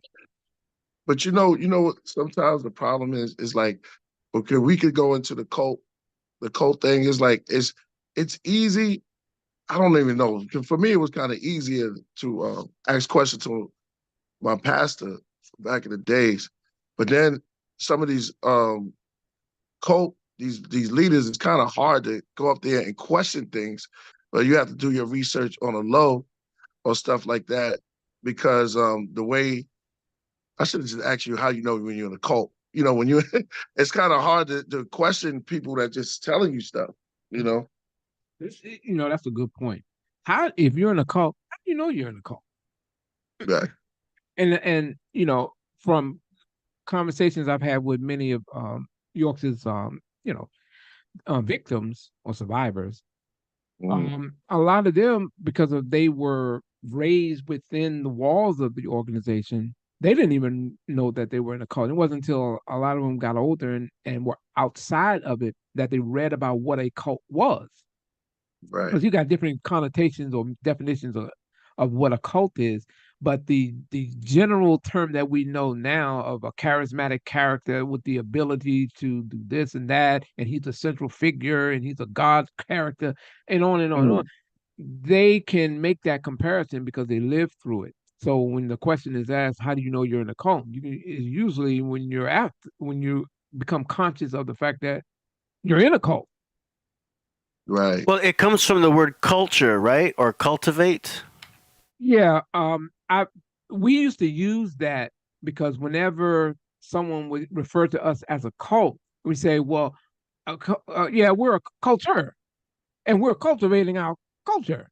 Okay, well then you're a cult. You're cultivating that cult, and that cult leader is your leader.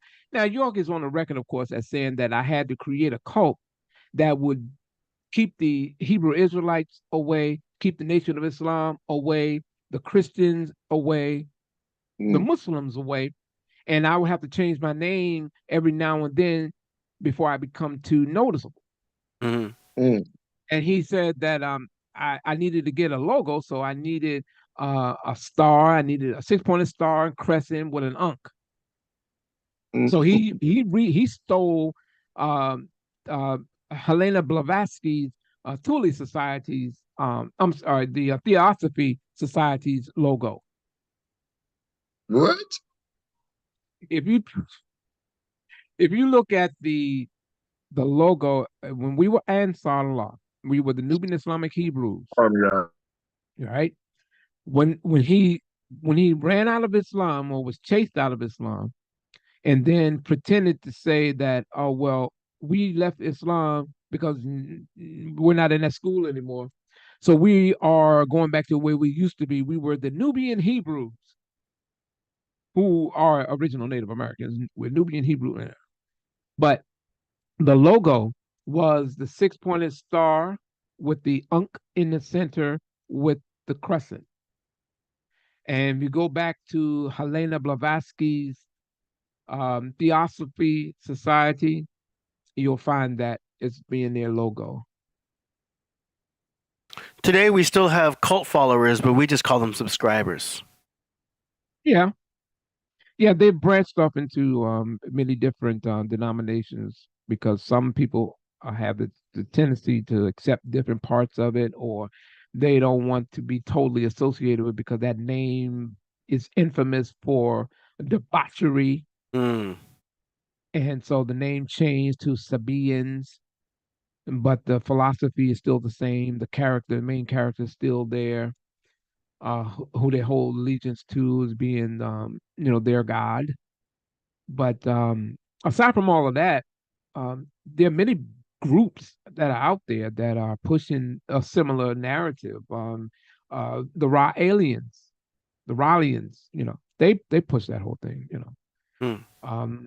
Different Nibiru toting groups, Heaven's Gate, they were pushing that whole a Nibiru thing off of a mistranslation or misinterpretation coming from Zechariah's tradition that may have led to some people being unalived. That's crazy. That is crazy, and it's unfortunate. Fortunately, a lot of us were able to retain our sanity after leaving and moving on from the cult. Unfortunately, there are others that are still there because just haven't been able to let go. Yeah, because we still hear of it being called as Planet X. Yeah, well, it can be unknown at this point because they mention it by name. Yeah. Nibiru. Oh, and this was something that I learned, and now this is my own research, and I shared it with a couple of Syriologists I know, and I was like, "Well, that's very interesting." See, we know that in the central plate, in Mesopotamia, in a location called, because the Sumerians, their gods dwelled with them. They built temples where they resided. So in a place that didn't have a king over it was called Nippur. That was where the god Enlil resided. Okay? Got that. Now, what Sitchin did was he played a very maniacal game of wordplay. I don't have it written down. I have it in an article somewhere, but I have it on memory. So what he did was he took what we know, or well, people who don't know, Nippur. The name of that place is Enlil-ki. Okay? He was able to take Nibiru, the word, and he took Nibiru, all right, and then add a letter in. Let me see if I can find this thing. Give me a second, because I want to do it exactly how I was able to come up with it. Oh my God, there's so much stuff out on it.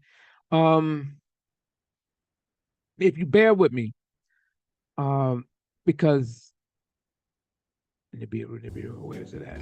Give me a second, because I got it and I want to share it. That's right. Play that music.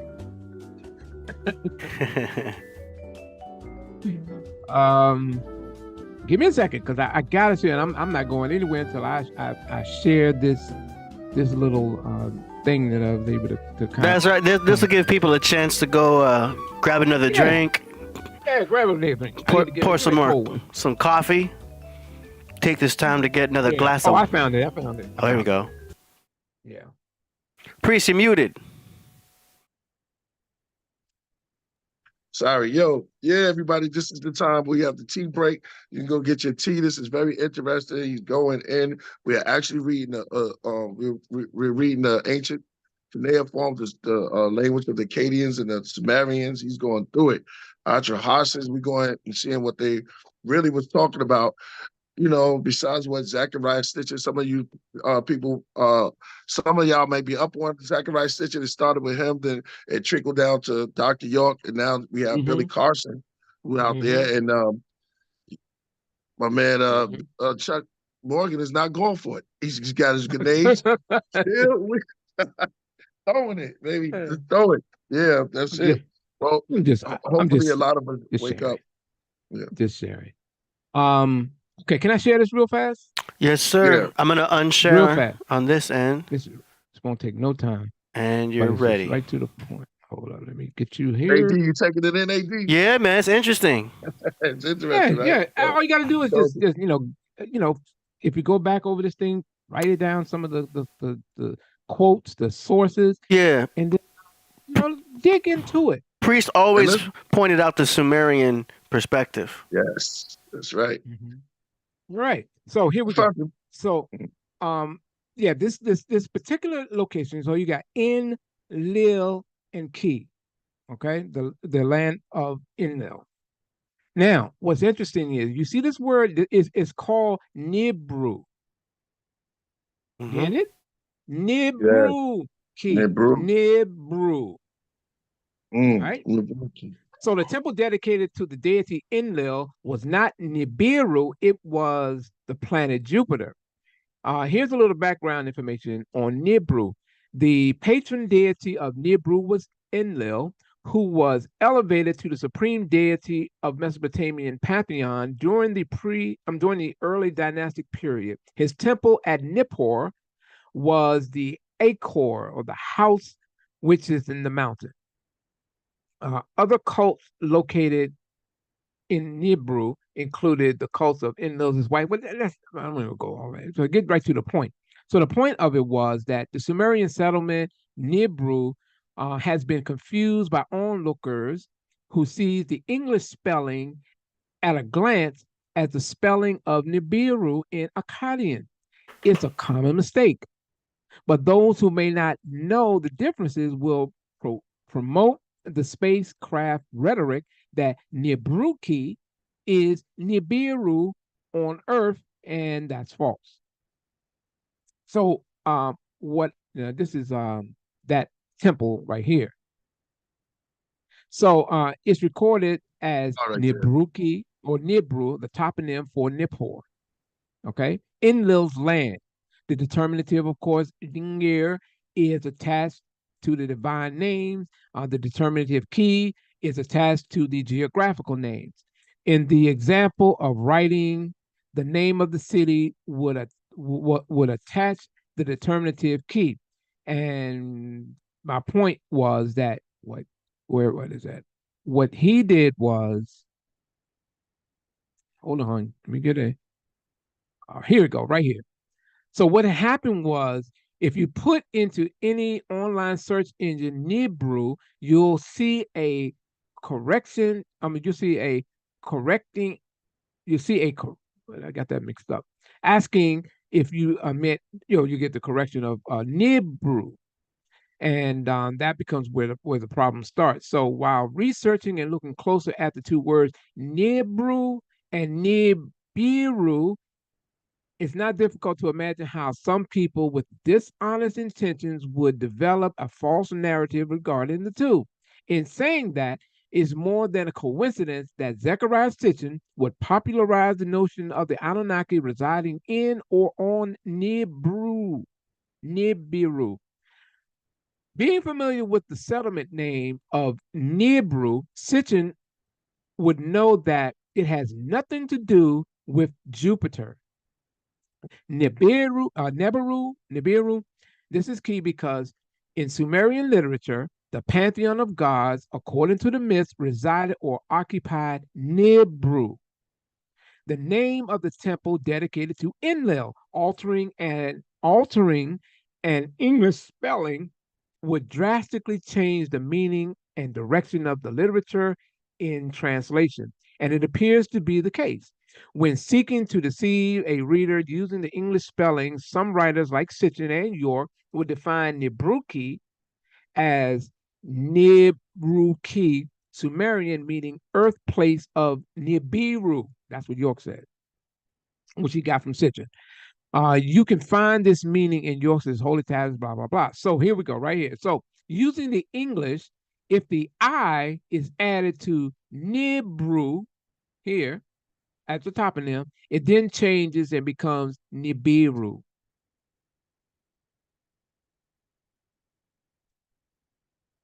Click on that. That's why. So this is where they're getting it from.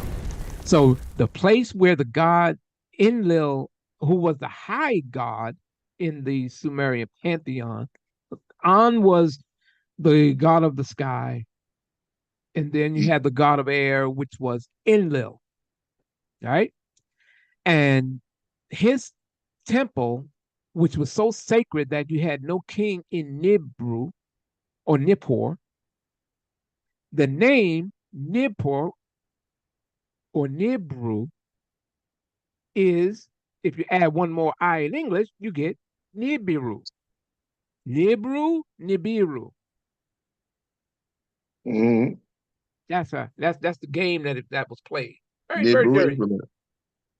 Very dirty. Yeah. Because Nibiru, according to the Akkadians, Neo-Assyrians, Babylonians, was the name of the planet Jupiter, depending at the meridian period. All right. Also, the planet Mercury, when it reached that point, was also referred to as Neberu. Neberu. Neberu. Let me see if I can pull it up. Give me a second. Give me a second. Give me a second. Yeah. There's hands folded. And it's very here we go. exciting. Right here.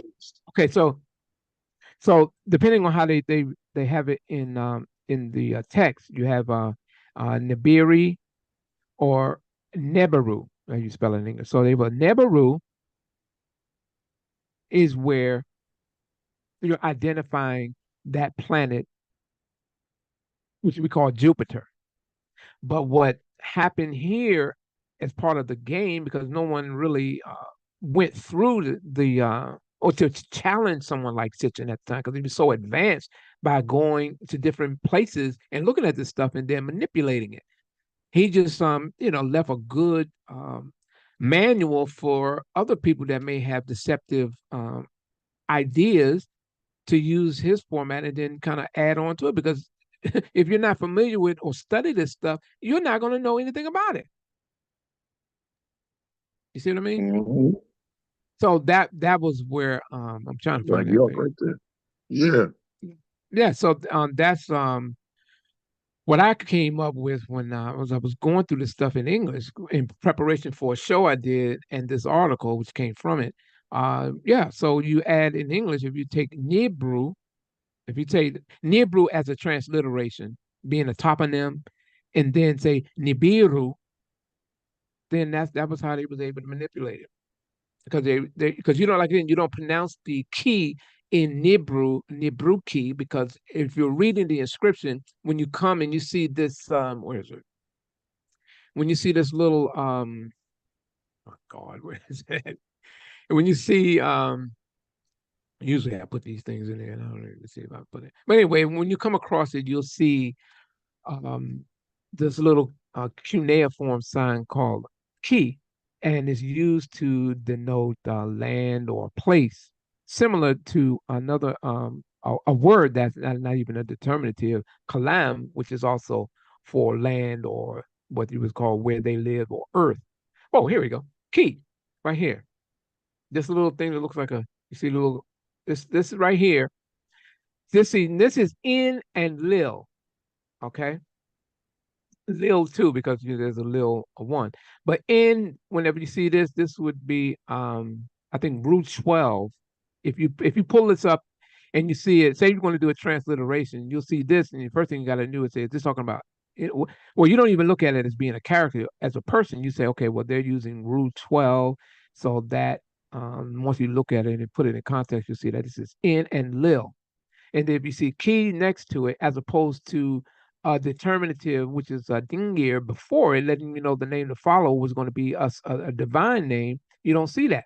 What you see is key, because this is talking about the land or the temple that was dedicated to Enlil. So Sitchin and them just changed it around, added a line, and then developed a whole new concept behind it, which is what we're trying to, or some of us are trying to refute today. Wow. That's it. Man. I encourage everybody to learn. It's so exciting, man. And you make it exciting when you learn these ancient languages. It's all about going in and getting the information. Go ahead. Something as simple as this, I mean, like I said, I've been familiar with this stuff going back to the 70s, but it wasn't until the last 2 years that I've actually put in work to study the language. And Dr. Joshua Bowen and Megan Lewis, my instructors, And then the guy behind me, Gabriel Barra, and we have a YouTube channel. Learn to read Sumerian. Mm. I should know. I don't even know off the top of my head right now. But anyway, maybe I'll post it in the comments after the fact. But when we're going to be resuming those classes online, and feel free to join, come on board, because once you go through this stuff, just the basic grammar of it alone kind of puts you in an area that you really can't be fooled by some of these guys that are out here making these claims without any substantive evidence. If you want to, if it's your interpretation, then fine, go with it. That's your interpretation. But let us know. Let the people know so that they don't take this stuff and think that it's legit. That the Sumerians was had wrote about the planets that we call Neptune and Uranus, Pluto, whatever. And they All didn't in talk about 12. that stuff. Yeah, they didn't talk about that. They did not. And they did not talk about Nibiru as what we find written in Anuma Elish and other inscriptions. Because we have astronomical texts that speaks about celestial bodies.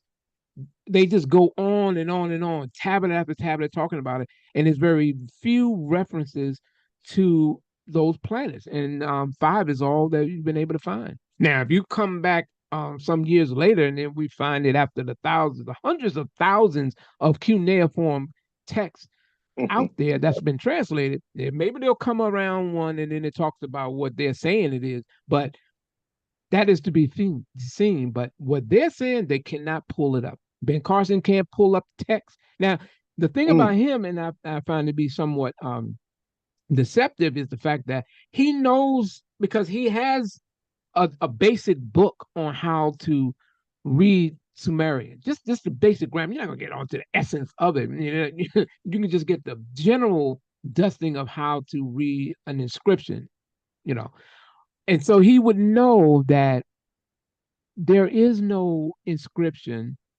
talking about 90% of the claims that's being made, that they're saying that the Sumerians said this, the Sumerians said that, as if the Sumerians was the oldest civilization in history, and then they had a monopoly on everything and knowledge and everything else. No, it's just not the case. So I just wanted to share with your audience and bring some clarity, some context with some sources, that when people hear this stuff again, think about something that I shared. Maybe you can go back to this show, and then you can look at it, or go to my website because I got it documented. Or have not, consult the experts. I'm a student. I'm still a baby in this thing. I can't find any brothers who are black, quote unquote, black Assyriologists. But who knows? Who knows? Maybe I'll be one. Maybe I'll be the first. Yeah, man. Brothers don't get into tech. They don't get into Assyriology. They don't. But you got to start changing up, switching up a little bit. Switching up a little bit. Maybe you be the first one, man. No, time will tell. But hey, I'm almost 60. I'll be 60 in December, so we'll see. Man, you don't look it, brother. I only got about 20 more left. Hey. I only got about 20 more years left. Yeah, you good to go, bro. Word, you good to go, man. I mean, that was a beautiful breakdown. I love it, man. So a lot of sources that you recited, we're gonna put it up there and make sure, especially Dr. Josh Bowen and Megan. I love that, and your brother right there, way above you. Oh yeah, and, Gabriel Barra. Yeah, exactly. I can't wait. That seems like an interesting. Like I said early on, that debate is set for, I think it's next week. And it's going to be pretty interesting because everyone's familiar with Harold Johnson, aka Osirian Hotep, and some of his claims, and it would be good to have someone who has a long history of knowing the Sumerian language and Akkadian and other languages as well, who knows this stuff in and out, that will be able to, they can share and present their arguments, and you, the viewer, can decide on what you find to be who has the more sound argument in verification and proving their claims. I like that. So it'll be We'll on be the there, man. Garfield show. Yeah, we'll definitely be there, man. So you said it was the Sumerian, the Bantu language? It's crazy. Yeah, is is a Sumerian, a Bantu language. That's the title that they agreed upon. So it'll be on March 17th at 2 p.m. on the Brother Garfield's YouTube channel. Man, Chuck, with your wisdom that you showed, man, is enlightening. It's always great when you come through. Man, you always enlighten us, man. If y'all got any questions, man, put something in the chat room, super chat. If y'all got a quick question, he's still here. And if y'all got any questions about ancient Sumeria, Akkadian or Babylonian, or my specialty is Sumerian, particularly Sumerian. Particularly the Earth 3 period. But yeah. If I don't know it, I'll tell you I don't know. I know. I know. I'm not putting myself out there. I'm going after the people that put themselves out there. Yeah. So if you have any questions on the gods, please hit this brother. I want to do that, man. On the It's gods, a great show, man. That was. And another thing. Anytime, I think that this is one of the, what is that? I think this is probably the most informative publication on the topic of Anunnaki, because what Dr. Hydra did was he had the experts who specialize in the topic of Anunnaki, Anunnaki. See, it gives a tongue twister. Anunnaki, Igigu, and they gave their expert knowledge and sources, lots of sources in this little book. The Anunnaki gods, according to ancient Mesopotamian sources, English translations of important scholarly works with brief commentary. This book will definitely change. You can't, after reading this, you will never walk away believing that 90% of the stuff they said about the Anunnaki on YouTube and other online sources. In fact, usually whenever they show you Anunnaki's characters, they're showing you Neo-Assyrian genies and saying that they're Anunnaki. Saying they got watches. Rosettes. They have rosettes on their wrist, and saying, "See, these were." I was watching Cat Williams, and I said, "Brother, stick with comedy." As a matter of fact, I left a comment on the page because he said that, I'm not do it. That medallion that he wears, where it says "woke," and he said that he designed that like the Anunnaki gods had the watches on their wrists, because it was a watch that indicated time travel. Where's that? I ain't read a Neo-Assyrian text anywhere where it said that. How you look around? That's my man. I love my man. This is my favorite comedian by far. But on that topic, whatever his kind of where he derived that from, it's cool. But the reality is that no, the Neo-Assyrians, they didn't have watches that talked about time travel. It's just there's no inscription stating that. And I would love for him to cite that. But again, most of the time, whenever you hear this stuff, you're hearing it from people who have given interpretations of Zechariah Sitchin's works, and then moved on from that. So everybody's, as long as you don't have to show the sources, you can say anything. Ancient But aliens, they shout never, out to Cat Williams. Oh, and there's yeah, also a yeah. documentary. There's also a documentary online called Ancient Aliens Debunked that Michael Okay. Heiser had that Michael Heiser took part in.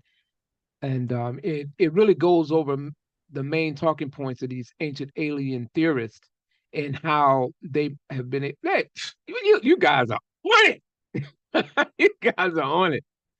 And yeah, and I did a video similar to that where I did some excerpts and I did my little thing when it came to what York had said. But yeah, that's another excellent documentary that goes and delves into the main talking points and then kind of gives you sources where you can refute those arguments because they're already at a disadvantage because they can't show you the source. They can give you this, but they cannot offer you any Mesopotamian inscription to where it could be compared and proven to be factual on their side. Man. Hey, give him a bomb. I can't hit my bombs, though. Yeah. The bomb on me. There you go. Let me go in and get my Gap band. I got you gonna put that on my truck. On me. Yeah, I'm gonna play that tonight. Going to work. Yeah, man. What's the time out there? It is. Oh man, everybody's still at work. It's 4:46 p.m. No, of course. 4:46. Matter of fact, I gotta go to the gym tonight. As soon as my girl comes home, we going out there to pump some iron. Hey, AD, we going there to the we go. Yeah. hey, I used to. Hey, I'm a staunch P-Funk fan, so I just started getting into a lot of the other groups because I used to hate the Gap Band because they used to always imitate, P-Funk sounds, and I used to hate that. Yeah. I say, like drop the bomb with me and all that. I hated him, man. Oh man, but now that I see that, I saw one of the concerts at the LA, what was it, the Los Angeles Coliseum. They had a Gap Band, they had Cameo, had all the people that had the same, that funk sound. Mm-hmm. And I was like, oh damn, Lakeside, because I didn't like Lakeside because they had that sound too, And then George Duke, when he came out with Reach For It, and then I'm thinking, well, they're not imitating George and George Clinton and all that. They imitate that dude in the background trying to sound like Bootsy. They ain't gonna do that. No. Yeah. I'm revealing my age, so let me stop. Yeah, I got you with the Gap Band. I'm with that. Somebody said outstanding. Mine was Earth, Wind, and Fire, man. I grew into the Earth, Wind, and Fire like the. Hey, since you're an Earth, Wind, and Fire fan, hey, let me tell you something. See, now I did a video on Nibiru some years back, but YouTube took it down because of a copyright strike because of the music. So there was a song from the All in All album called Jupiter. Woo! Yeah, so I did the video and I had all this stuff, and then in the background was playing "The Name Is Jupiter" from the galaxy. Yeah. Nice. Let me see if I can do that again. A lot of stuff on my channel, I got copyright strikes, but it's still, my channel's not monetized, so it's like no real infringement. It's just letting you know that if you're going to continue, they'll let you play it, but you're not going to be able to receive any funds for it. I don't need the money anyway, so I'm good. Yeah, there's other ways you can monetize anyway. Okay, cool. But we got I just want to do that. I want to do that video again because I thought it was like right on point. Jupiter, circled in the sky one night while looking for the moon. A bright light that appeared in a zoom. He was there to show that something discovery. 15 seconds later, a light appeared in front of me. To my surprise, stood a man with age and mystery. The name is Jupiter, who came to visit me. The name is Jupiter.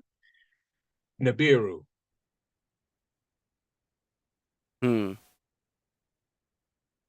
Nice. Priest, you're muted. Priest, you're muted. I'm very carried on out there. Priest, you're muted. You got the mute button on. Oh, I said I looked into the. Oh, my bad. I'm sitting up here talking away, man. I said, yeah, that was hard. I know Yeah. Jeffrey Osborne. I said Mm. he Yeah, was Jeffrey certain Osborne. friends with someone, right? Yeah, Oh, yeah, man. Yeah, man. I'm going through a 70s nostalgia. When I, you know, yeah. when I go through my truck blasting music down the street, man, because I got that deep bass and my jump be and I be blasting stuff and folks over here and you never heard of. Of course, I play I my like my Cameo go-go though. music as well. Being from DC, I gotta blast go-go. So yeah, Oh yeah, yeah, Backyard Band yeah. is my favorite out there right now. Right. Got you. Yeah, yeah, man. And up on that go-go. It took me a while to get into it, but I don't go to DC, man. The the Ain't can, nothing like it, brother. yeah, the cans. It Yeah, remind me of like was they go-go a little bit? The Fat Albert group. They play that. Fat Albert.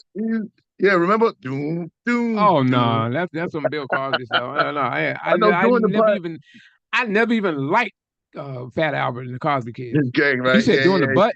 That was EU. That was Experience Unlimited. Yeah, Yeah, yeah. that was Doing the part. one of their mainstream hits.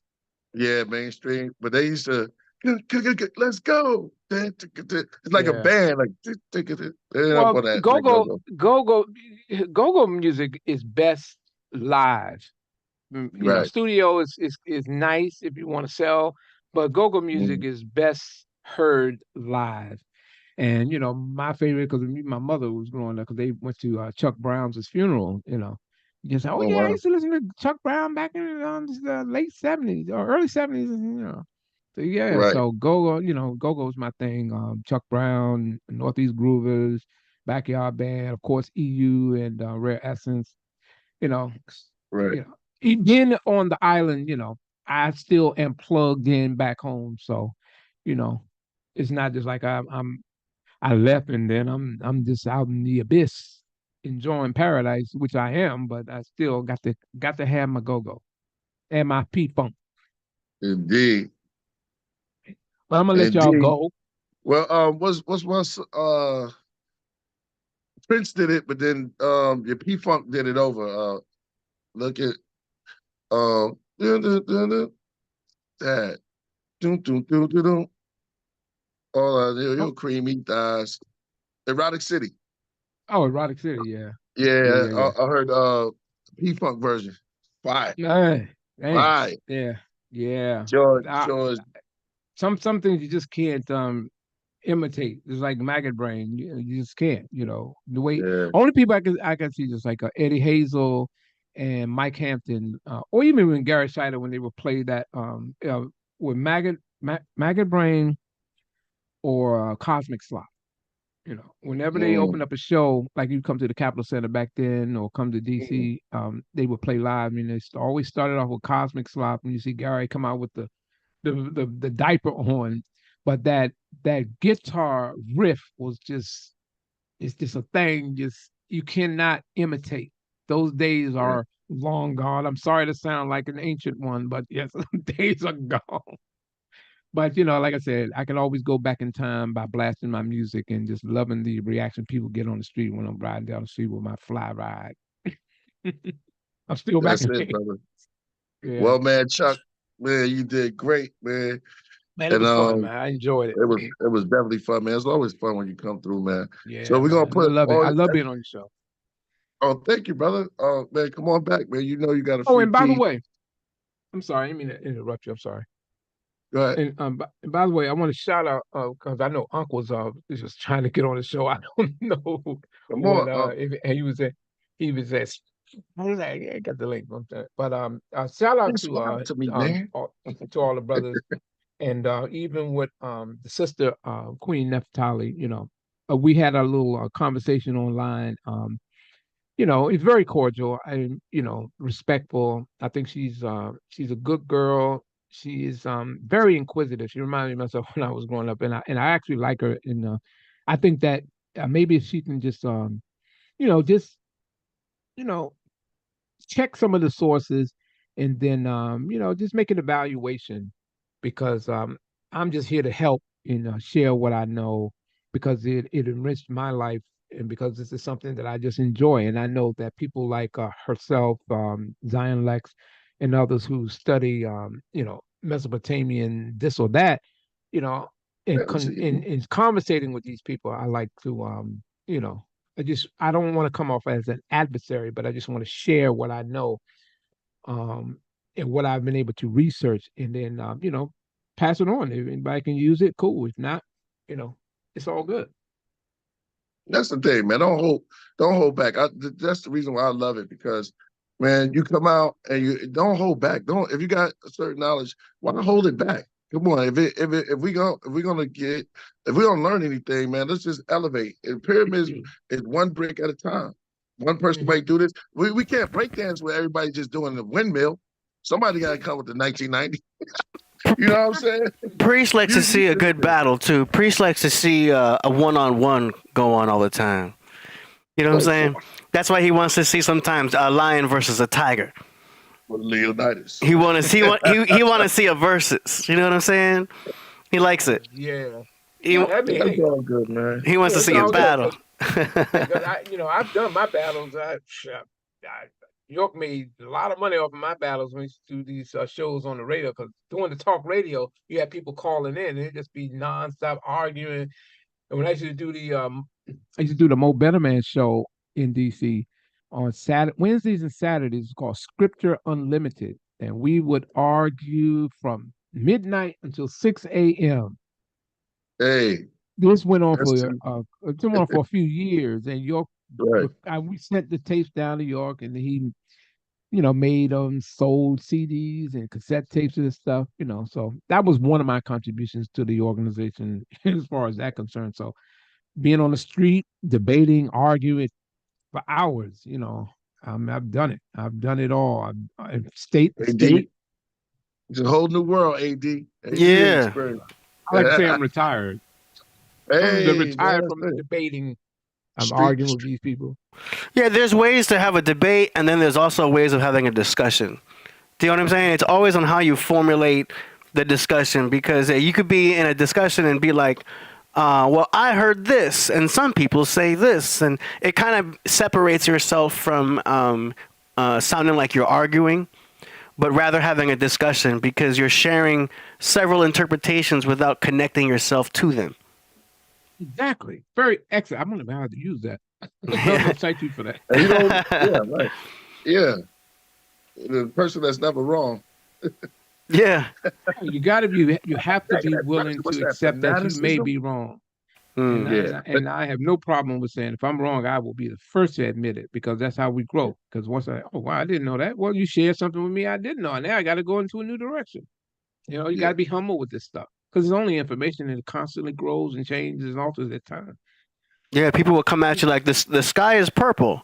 Oh, that's crazy. I've heard the sky was blue. How could it be purple? And then you're like, rather than saying, no, it's not. You know what I'm saying? You're just separating yourself and like, oh, that's interesting. I heard this instead. Perspective. Yeah. It's called fanaticism when you step up into that zone. You start getting out of control with it. True. We got your website and your YouTube in the description already. Okay, cool. So y'all make sure you subscribe. Yeah, we got enough shows on there. I've been happy to do over the years with different people in different platforms. So I'm just sharing what my experience and what I know. But quiet is kept. I'll just say this: there's a Hulu documentary coming up. Stay tuned. Oh, what? I ain't gonna say no more than that. I'll just say that there's something. Stay tuned. But you're gonna post the updates on your YouTube. I haven't updated on that YouTube, and so it depends on one, because I have two of them. I have one that's specifically for the Nuwaupian thing. Mm-hmm. Then I have my other one, which I deal more with Mesopotamian stuff. Oh, got you. But but what I'm talking about wouldn't be on my Mesopotamian or my Sumerian base information. But this was given to me. What's that made of? This is one of your pieces. It was given to me. Oh, that brass thing. Oh, yeah. I remember that. Yep. Yeah. Yep. Yeah. Like, yo, when he gave it to me, it was in London What too. He is was just that? like, "It is yours." Okay. You know? Yeah. He Yeah. gave it to me. There was a lot of people, there was a lot of talented people that, in spite of what became of the organization, there was a lot of talent that I came across. There's a lot of guys who were very, very artistic, who could remember. They had photographic memories. The crafts that they possessed. Some with That's interesting. physical attributes, being able to, like boxing. There was a lot of talented people within that group. But then again, people depending on whatever drove them there. Um, we all came together, and that one thing we had in common, which was, either he or the doctrine. Um, we learned to get along with each other and do a lot of comparing in terms of just lifestyles and what brought you to this. And you'd be surprised. You had doctors, lawyers, former street hustlers, and on and on and on. So whatever it was what it was. And I experienced it, and I'm glad I experienced it because I can talk about it from front line perspective. And I documented with the website and on the channel, and all the negativity and ad homs, all this stuff. I'm past that, and I just share. I'm just sharing information. But that was just one part. So my childhood love is just just particularly Sumerian. That's just something I grew up with my father. Because mom, she was more into the whole church thing, but my father, he was always staying up late at night. We would just sit back and watch the Late Show, these crazy documentaries, which is why my girl and I and everybody else just around here watching late night, documentaries. But that's another story. It takes a lot to build those cuneiforms, man. And we can sit I up ain't there gonna and lie, ignore. Yeah. Sumerian, just Sumerian alone is not easy. It's very difficult. I will admit it is difficult, but once you have a good instructor and you're walking through it step by step, and you can go to the Digital Hammurabi website, that Dr. Bowen and Megan, their website is a good resource. If you go down and look up Learn to Read Sumerian, it'll give you a walk through it, you know, just give you the basics of it, just the basics. And if you move beyond that, which I'm happy to have done because I've been, whatever classes that she puts together, like with the class we did, the basic grammar of Akkadian, I was able to go through that, and so now I have a basic understanding of the grammar of Akkadian. That's something I didn't have before, and I think I found it to be valuable when addressing certain topics and issues now. So I can look at a text differently than what I did prior. Yeah. Thanks, man. All right, my brother, man. That was so dope, brother. Same Word. here, man. I appreciate your hospitality and always being so welcoming. Thank you. Whenever I have pop up every once in a while, because I know I come once a year or something like that. Oh man. Yeah, no Yeah. doubt. But it's been great. I enjoyed it. All right, my brother. Well, we're gonna move on to the music and stuff, and we're gonna let you off the Yeah, rocket. because I've been drinking Now you this gotta thing go to on the for the gym. whole time, and I gotta go to the bathroom. Let me get about it. It's all right, man. Thank It's you very all much. good. All right, thank you, man. Thank you for coming. All right, brother. I appreciate it. We'll be in touch. Thank you, sir. Thanks, everybody, for watching. Enjoy. Thank you very much. Yeah. That was dope. That was dope. Word. It's a lot, man. A lot to Man, that's your topic too with the Sumerians. I told you, AD, you got to get it to the Sumer. I'm You know what I mean? I'm listening. I'm here Yeah, listening. Right. All right. I'm taking it all in. It's very interesting. Yeah, man. Yeah. Yo, it takes a lot to build a ziggurat. You just can't be out there for like two weeks talking about you built a ziggurat and you're gonna talk about the Great Luxor. Well, man, come on. There's other stuff that was out there, and we need to get into that. Start experiencing more and start expecting more. You know, I got into the astrology. You know what I'm saying? I've been listening to the flat Earth, so you know, there's a wealth of knowledge out there. Grow. G-R. We need an acronym for grow. All right, let's take us to the music. All right.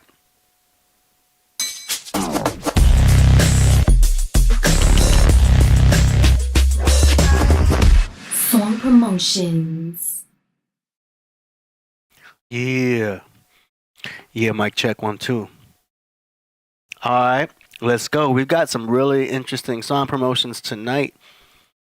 We're gonna start off with MRKBH. Sounds like Merkaba without the vowels. So we're gonna go into that first. Here we go. From Indiana. The song is called That's my boy Merk. Okay. Shout out to Merkaba. There you go. Featuring yours truly. That's right. You already know. It's called Gladiators.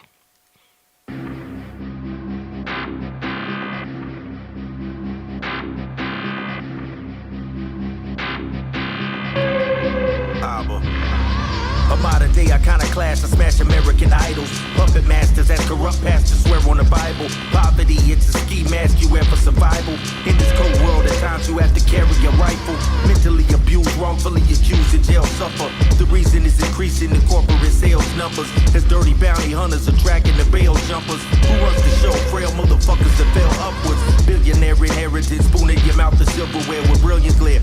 Military war is still declared. Filthy bare feet in the street, breathing unfiltered air. Ill prepared for what is to come, and blood is spilling there. The gladiators in the Roman arena. Athletes attract the nation, took the road to the bleachers. These actors entertain us, and they hope that they lead us to appease our savage nature when we go to the theater. Are you not entertained? Are you not entertained? Is that why you are here? I erased the Renaissance of synagogues, replaced it with Pentagon, Deciphering stars, Sirius between the 6th and the 8th period. Awakened pyramids in the shape of Gilgamesh. Came to shake the villages, break the pillars and live. The rhymes that kill a spit, build a split, along with statues of pterodactyls shot like arrows and leave castles chipped. On Jesus Nazareth, surrounded by Baphomets, a priest that speak blasphemous. Cathedrals, medieval, Catholic, sadomasochists, angel practices, Canaan-able savages, hazardous. On my way to Damascus on a trip in a chariot into a labyrinth. Rap advocate for Harriet Tubman, the Bloodmen, we cousins. Tavern called the Red Dragon, the woman held Aladdin. Star dancing beneath the pale satin, held captive in jail a savage. Masters of rapping, we are the assassins. Of the Colosseum, which is the conjured demons. They said to call them legion, offerings on altars bleeding. For whom the bell tolls, mystic merchants that sell souls. Get dealt blows as devils emerge from hellholes. A Christian missionary's visions of Mary. In a cemetery, premonitions wicked and scary. A battle in the heavens, fallen angels revolt. Races the throat, the churchgoers blame the occult. Imagine a would-be assassin aims through the scope. The names that he wrote on his death note were saints in the Pope. Loaded weapons and detectives found him hanging from rope. Right next to a graven idol with the face of a goat. Can you graduate from gladiator school? Wisdom of ancient jewels among the hateful and cruel. They end the wild exile, lost in the land of Nod. Sacrificial pack a pistol for the Lamb of God. Fire. Yo, what was that? There you go. There you go. That was great. I love that beat, man. Love that beat. Yeah, I did that on tour, man, when we was just on the road. What? Shout out to Merk. Merk's been around for a very long time. He's definitely a royal priesthood too. He's been around for a very long time. Been around the clan. We've been working together, man. So, you know, Merk, we had to come through with that. Damn. That was great. That sounded really good. The chat room went lit. Look at all the fires in the chat, man. That was. We're gonna have to run that back, because that was exceptional. So what's up with that? Is that going to be released? Like, was that an exclusive? That's up to him. Oh, I see. It says produced by Ruler Y, mixed and mastered. Ruler Y from Texas. Shout out to DJ Notion. You know what I mean? Ruler Y from Texas. Straight up, he did a joint for me on man, I'm tripping. He did a joint on Lord's Son. Yeah. That's our brother right there. I think you muted yourself. First video. Yo. Yeah, mrkbh.world. He sent a video, but the video is not working. So we played the MP3. But that was good. And mastered by Castar. So we're going to put the links to that in the description. Priest, I think you're muted. Watch out for that mute button. I think you're muted. Your space bar might be muting you. It's a trigger. Priest. No, I'm just kidding, man. Oh. I was like, what? Those glasses, though. No, now you're doing it again. You know where the glasses is from? Yeah, Santana. Banana. Yeah. Nice. All right, let's keep it rocking. Let's see, we're at March 6th. March 4th. Ooh, we got a Mark of Buddha track we're going to do later. But first, we're going to get to a submission. We got one box left, but y'all better get it. There it is. How many in a box? I don't know. I ain't count. Got to be careful. I gotta count. Somebody going to buy the whole box. And then raise the prices. Got to be careful. But yeah, the merch store. Y'all check out Priest merch store. Links in the description. All right, let's go. FELA.B from Melbourne, Australia, with a track called Left or Right Moves.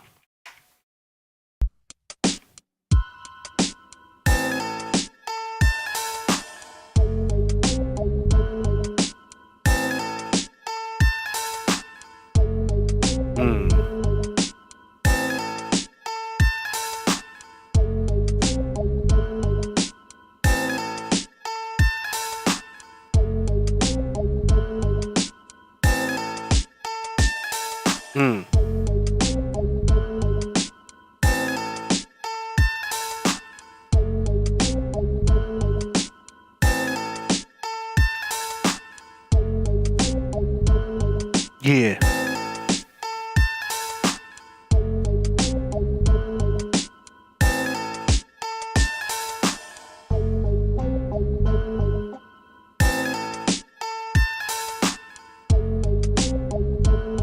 Yeah.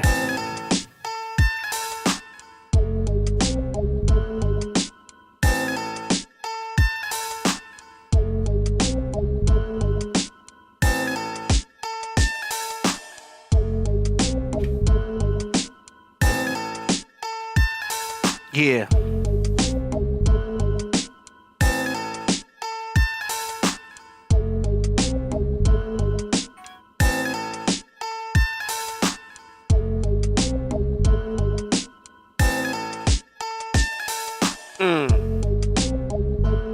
That's hard.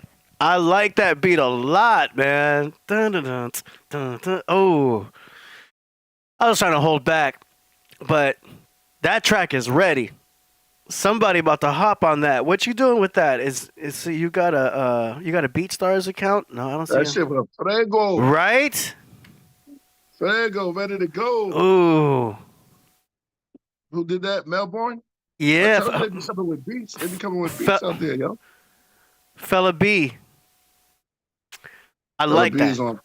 You're on point. I like that. It's minimal. It leaves plenty of room for just dropping bars, man. That's really cool. I want to see what he's gonna do with it though. You got to put it in no. If you guys are doing BeatStars, you need to put that in there because we'll put the link in the description, and you could like push your beats if you're trying to get leased, y'all can make some money. I'm just saying, get on BeatStars and put your link in the form. I'm gonna post it in the description. It'll get you guys sales. Just saying, because these beats are getting hot. What you gonna do with that? Okay, so shout out to FELA.B for that fire beat. Damn. Okay, let's keep it going. Next now we got Jack DORIANT with a track called Harp King. Let's go.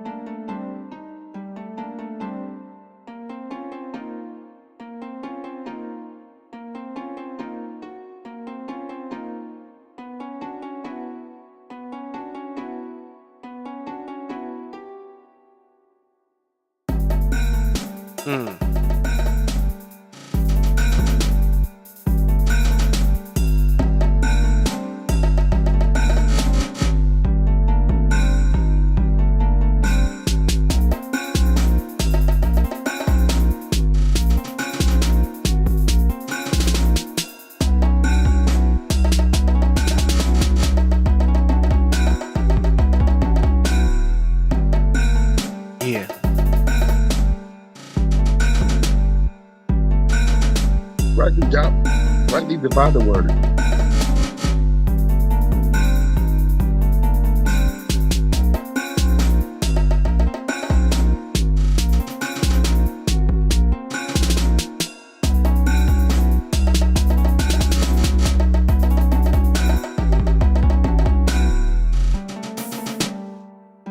That there is a liar. That's called a liar, right?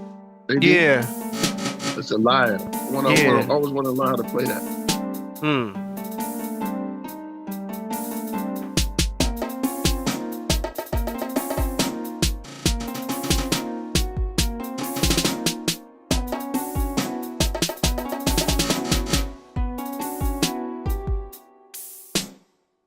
Shout out to Solo J.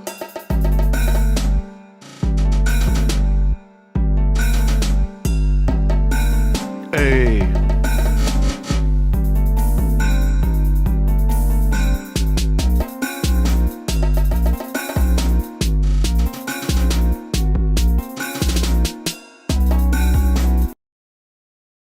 Nice. Good track. Harp King, Jack DORIANT. That's a cool track. Well, there you go. Yeah. It's cool. It's cool. What you think of that? Go. That vibe. Not too bad. I like that ethnic vibe. It's about passwords and shit. Passwords. Nah, sometimes you know people behind you and stuff. Like Yeah. passwords. That was cool. Shout out to Jack DORIANT. He sent 2 tracks. So that was the first one. Here's the second one. It's an MP3. It's called Berber Rhythm.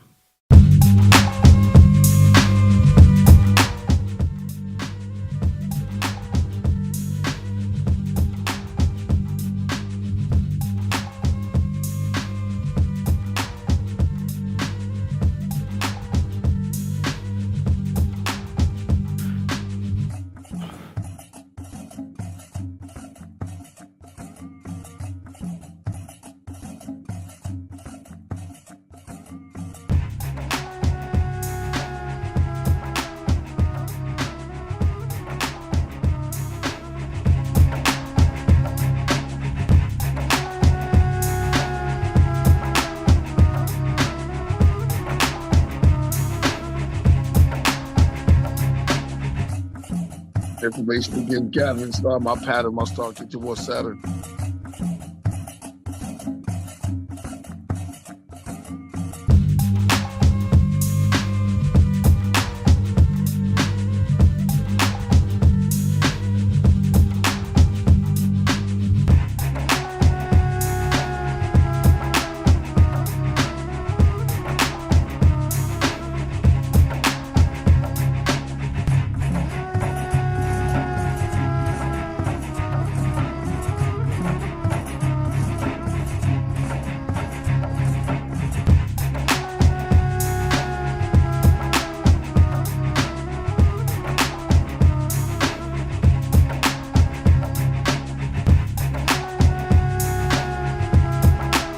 Yo, this is good.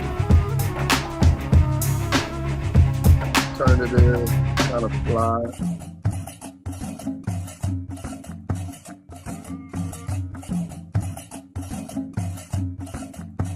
Valley of Kings type of vibe. Yo, this is all you. I want to play it on a big speaker. So listen.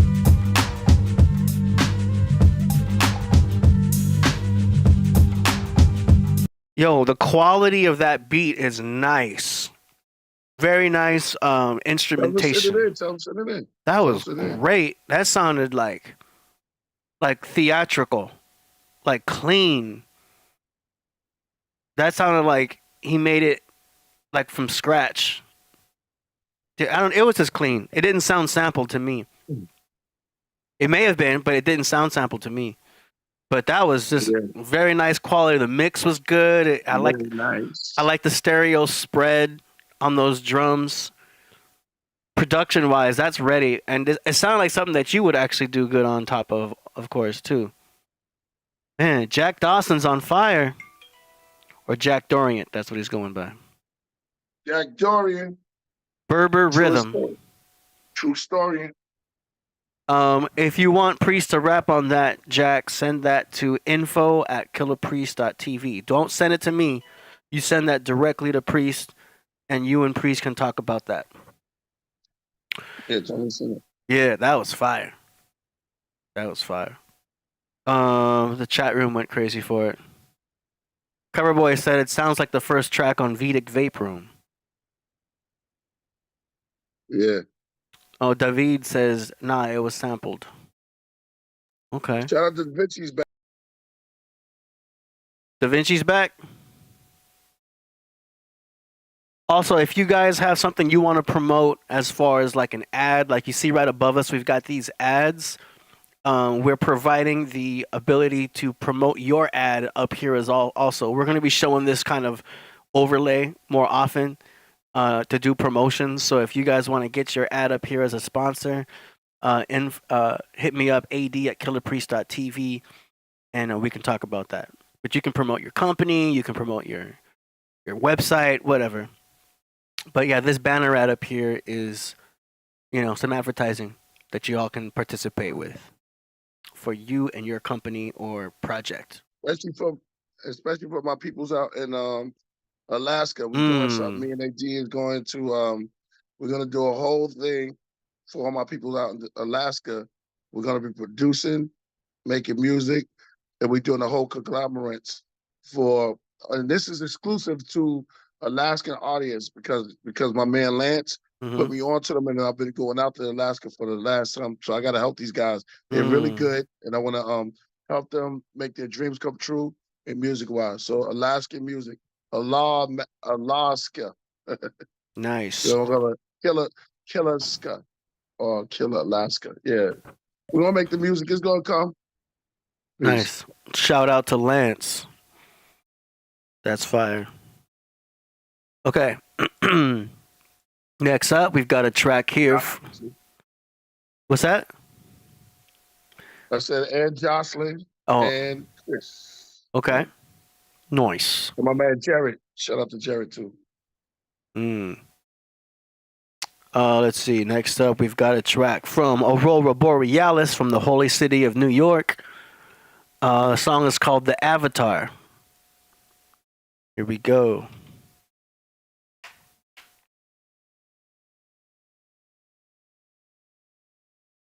Gotta play a track for Mother, man. Okay.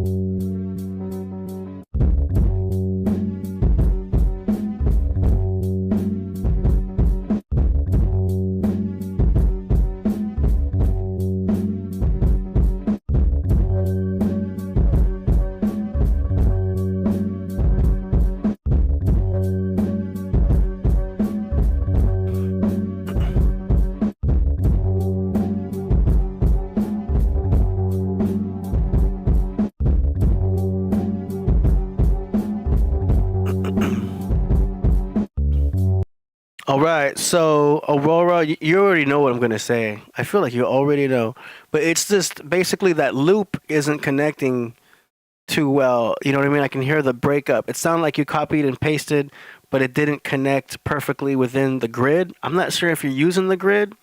You don't have to quantize perfectly, but there should be some type of where the rhythm is on phase. Do you know what I'm saying? I don't know what you're using to make these beats. It kind of just sounds like you went boom, boom, bap, and then tried to loop it like that. But I don't know what DAW you're using. But yeah, the loop is not connecting, clean enough for, I think, it to be consistent. It kind of has like a stutter to it. Some will say he did it on purpose. I don't know, man. There's so much potential if you just clean that up. That's my opinion. Sumerians.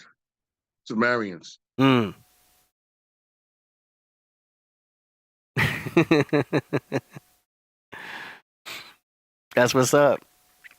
All right, let's keep it going. I think we're down to the last two. I think we're about to hit up. Yeah, we are on the royal priesthood segment of the show. Let's go. Ancient Sumer. Let's go. Here we go. So we've got the Mark of Buddha with a song called Chill, Mellow, Hip Hop Tight Beat. Uh-oh. We got tight beats coming in. Now we're talking. And he got his links up there. Here we go. I like these.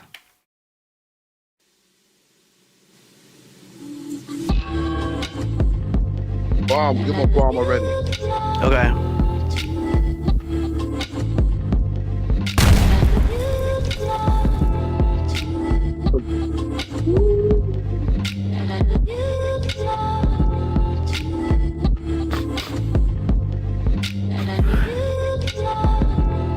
It's the Mark of Buddha.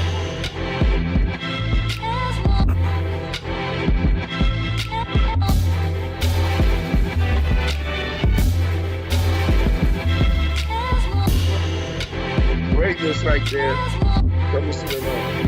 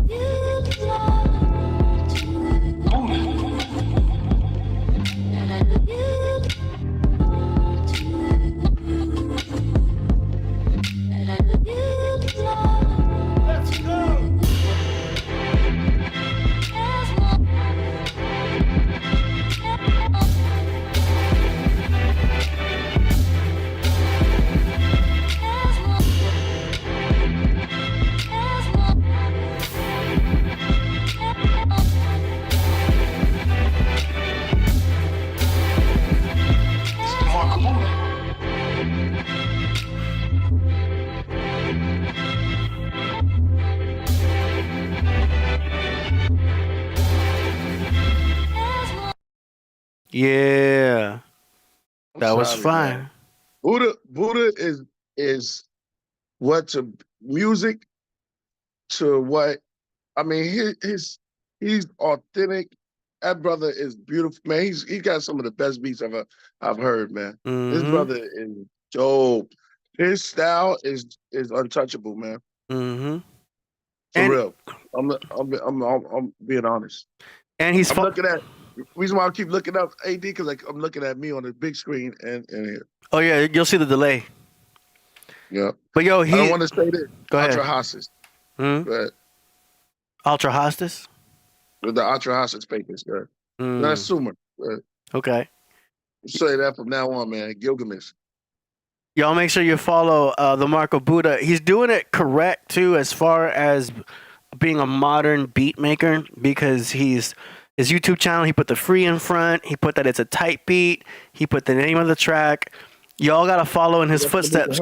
He's doing it right. He's got the hashtags correct.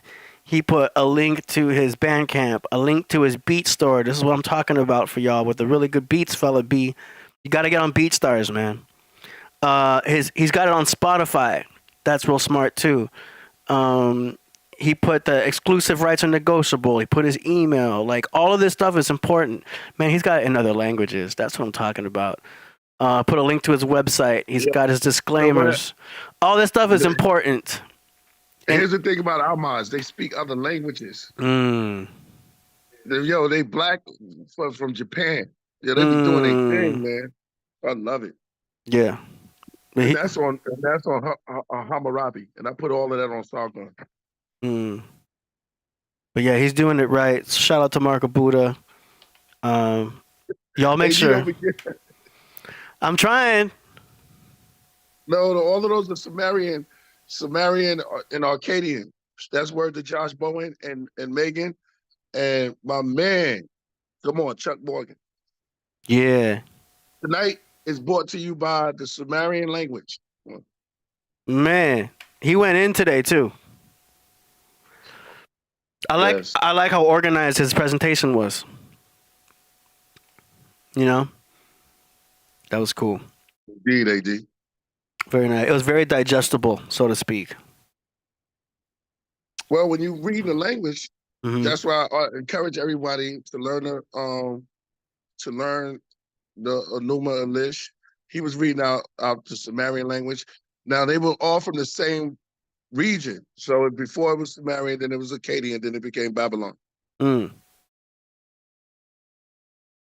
Nice. All right. Little sample right there. We've got Cover Boy. This track is it's track 2 called Opening Sequences. Sicilian Defense. It's from his Paradoxical Quantum Chess Music, Volume 1.5 instrumental album. Here we go. For the great Cover Boy? Yes, sir. Track 2, here we go.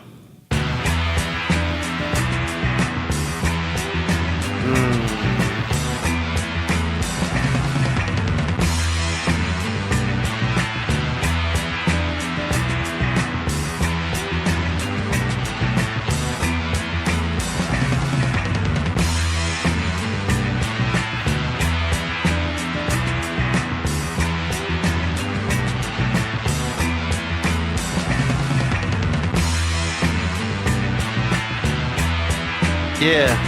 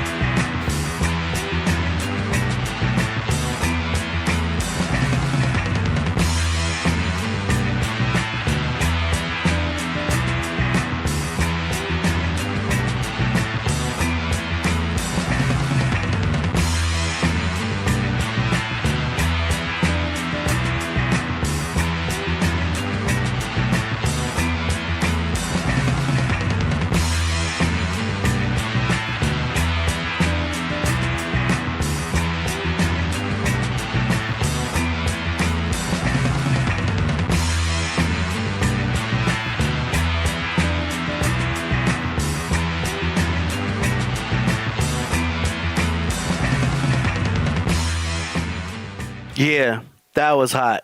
That was fire track. I like where all the instruments were going. I can hear the guitar in the background doing the. That's hard. What you think of that, Priest? Man, that sound like let me tell you, I'm gonna read it right now. It sound like one of my titles. Entitled the no, because I lost the first word. All right. The amazing music part, Letters from the Suns, the dream extraordinary glass house of flowers. I know, right? Amazing. Figure that album out. And I like the name, Paradoxical Quantum Chess Music Volume 1.5. Man, that's dope though. See, that's why I had to come with, but I think something like I don't know, maybe the Oracles, maybe The amusement park led us from the sun to the dream of extraordinary glass house of flowers. Okay. Take your pick.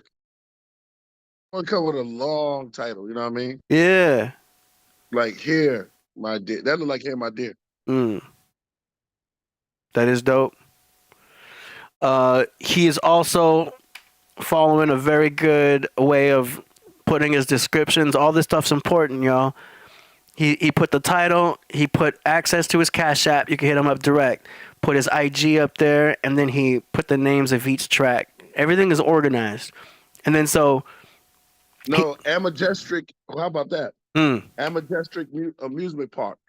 Letters from the Sun to the glass house. How you like that? We gotta go through it. Man, you good with making titles with albums and songs. Cap Jones said, I need Todd Wave. Yeah. Everybody... Word is Blonde, you killed that. Everybody asking about them Todd Waves, man. But yeah, Coverboy is a little more exclusive. He's not on BeatStars, so you have to hit him up exclusively direct if you guys want to get a beat from Coverboy. Coverboy is dope with 70s sounding music and just rhythms, man. He's incredible with that. Yeah. That's what's up. All right. Great track from Coverboy. What else we got? We've got FG Postmortem. We got some last minute ones coming in here. FG. Yeah. From Long Island, New York, Orlando, Florida. The name of the song is called Beast. Solo Gem. He's chilling. He said peace. Oh, peace, Solo Gem. How you doing? He just threw up a thumb. Word. This track is called Beast Mastering, produced by FG Postmortem. Here we go. Born with the strength of a black tiger, the courage of the eagle, the power that made him more than any hero.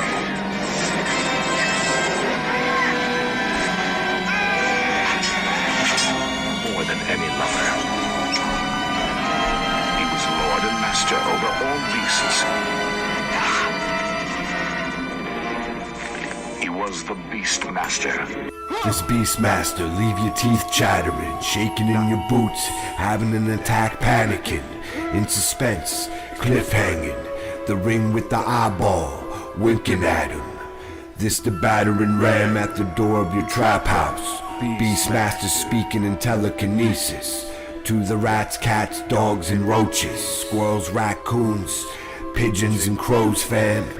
Attack you with animals and the sword's edge, throwing a boomerang that comes back to him. Along with the hawk, eagle or falcon, defeating evil without an outfit.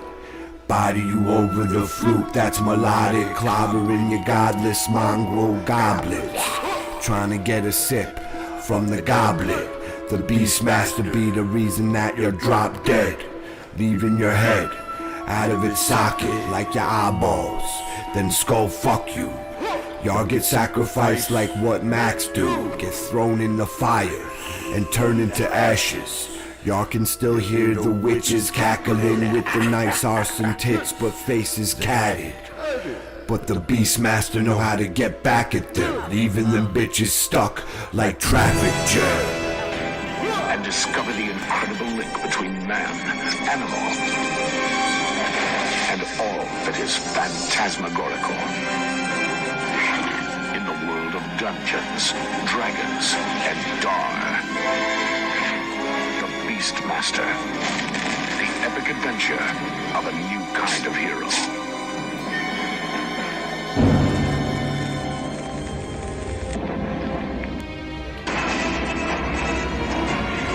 Face the unknown. And discover the incredible link between man, animal, and all that is phantasmagorical. All right. Nice. An outfit. That was cool. Did it more than Yeah, he's very creative. And man, the beat, that was incredible. The beat, I promise you, I know it's about Coverboy. Like I said, y'all making theatrical music. I love you pushing the bars. For MCs out there, always push the bars. Never doubt yourself. Never limit yourself. Yeah. Be courageous enough. Listen. What about the ring brother, royal priesthood ring? We gotta get that together. Word. All right, let's go. Let's see. Next up, we've got another submission from Aurora Borealis. Let's see. Yeah, let's go abduct Aurora Borealis into the royal priesthood. Wow, really? Right? Yeah, let's go. You know how David Dash used to get chains out? Let's go ahead and abduct.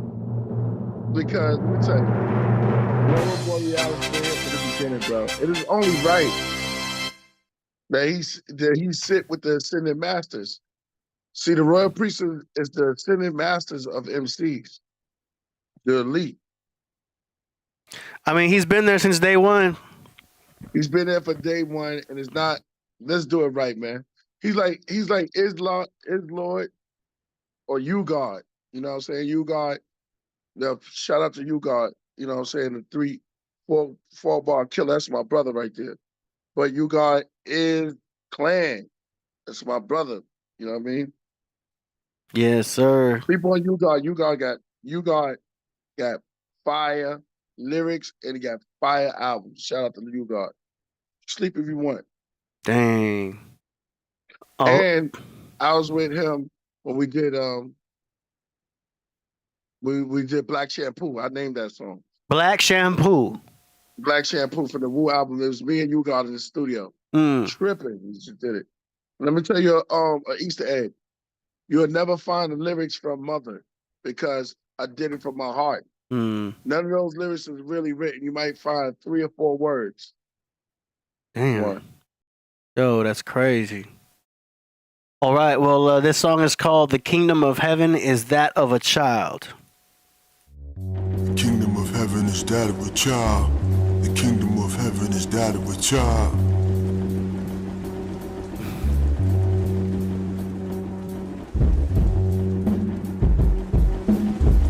Turn that snare up. More snare.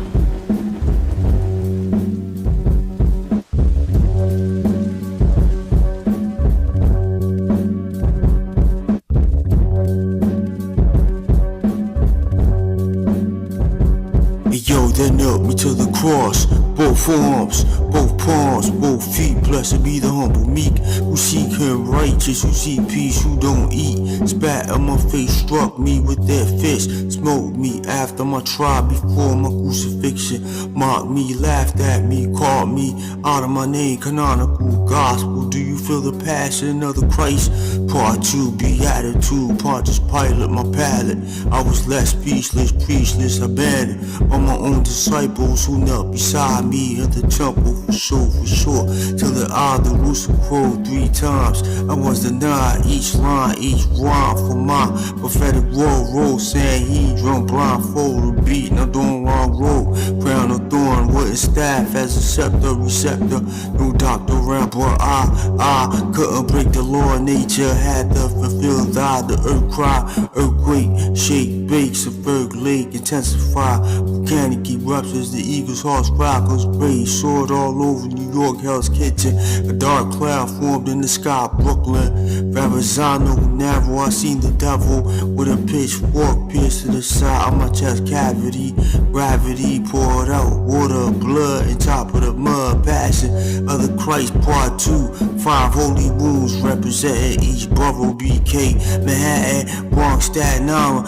Queen Palms, adjacent to my wrist, aligned to my arms, vertical beam, incredulity of Thomas, 360 degree circle of 1,000 mile per hour, rotating rhombus. They feed the thieves, accused murderers, and the homicide unit, including Barabbas, Haba, Fatah, Eli. I'm out Sabactin, I'm running out of breath. Everything is getting blurry. My physical is metamorphing into the metaphysical new body, quantum mechanical core as the planet's poles. Refurbished set of bronchioles, deprived as portfolios. When I speak, it reaches reach the four corners of this world where since birth I've been getting chased, harassed by the Roman soldiers, police gripping my shoulders, talking bird time capsules, supposedly they see my worth. The purge fist swam analytical cycle.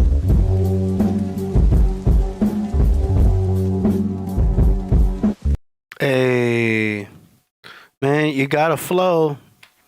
I may not agree with the, the beat in small parts, but you've got a flow. You know what I'm saying?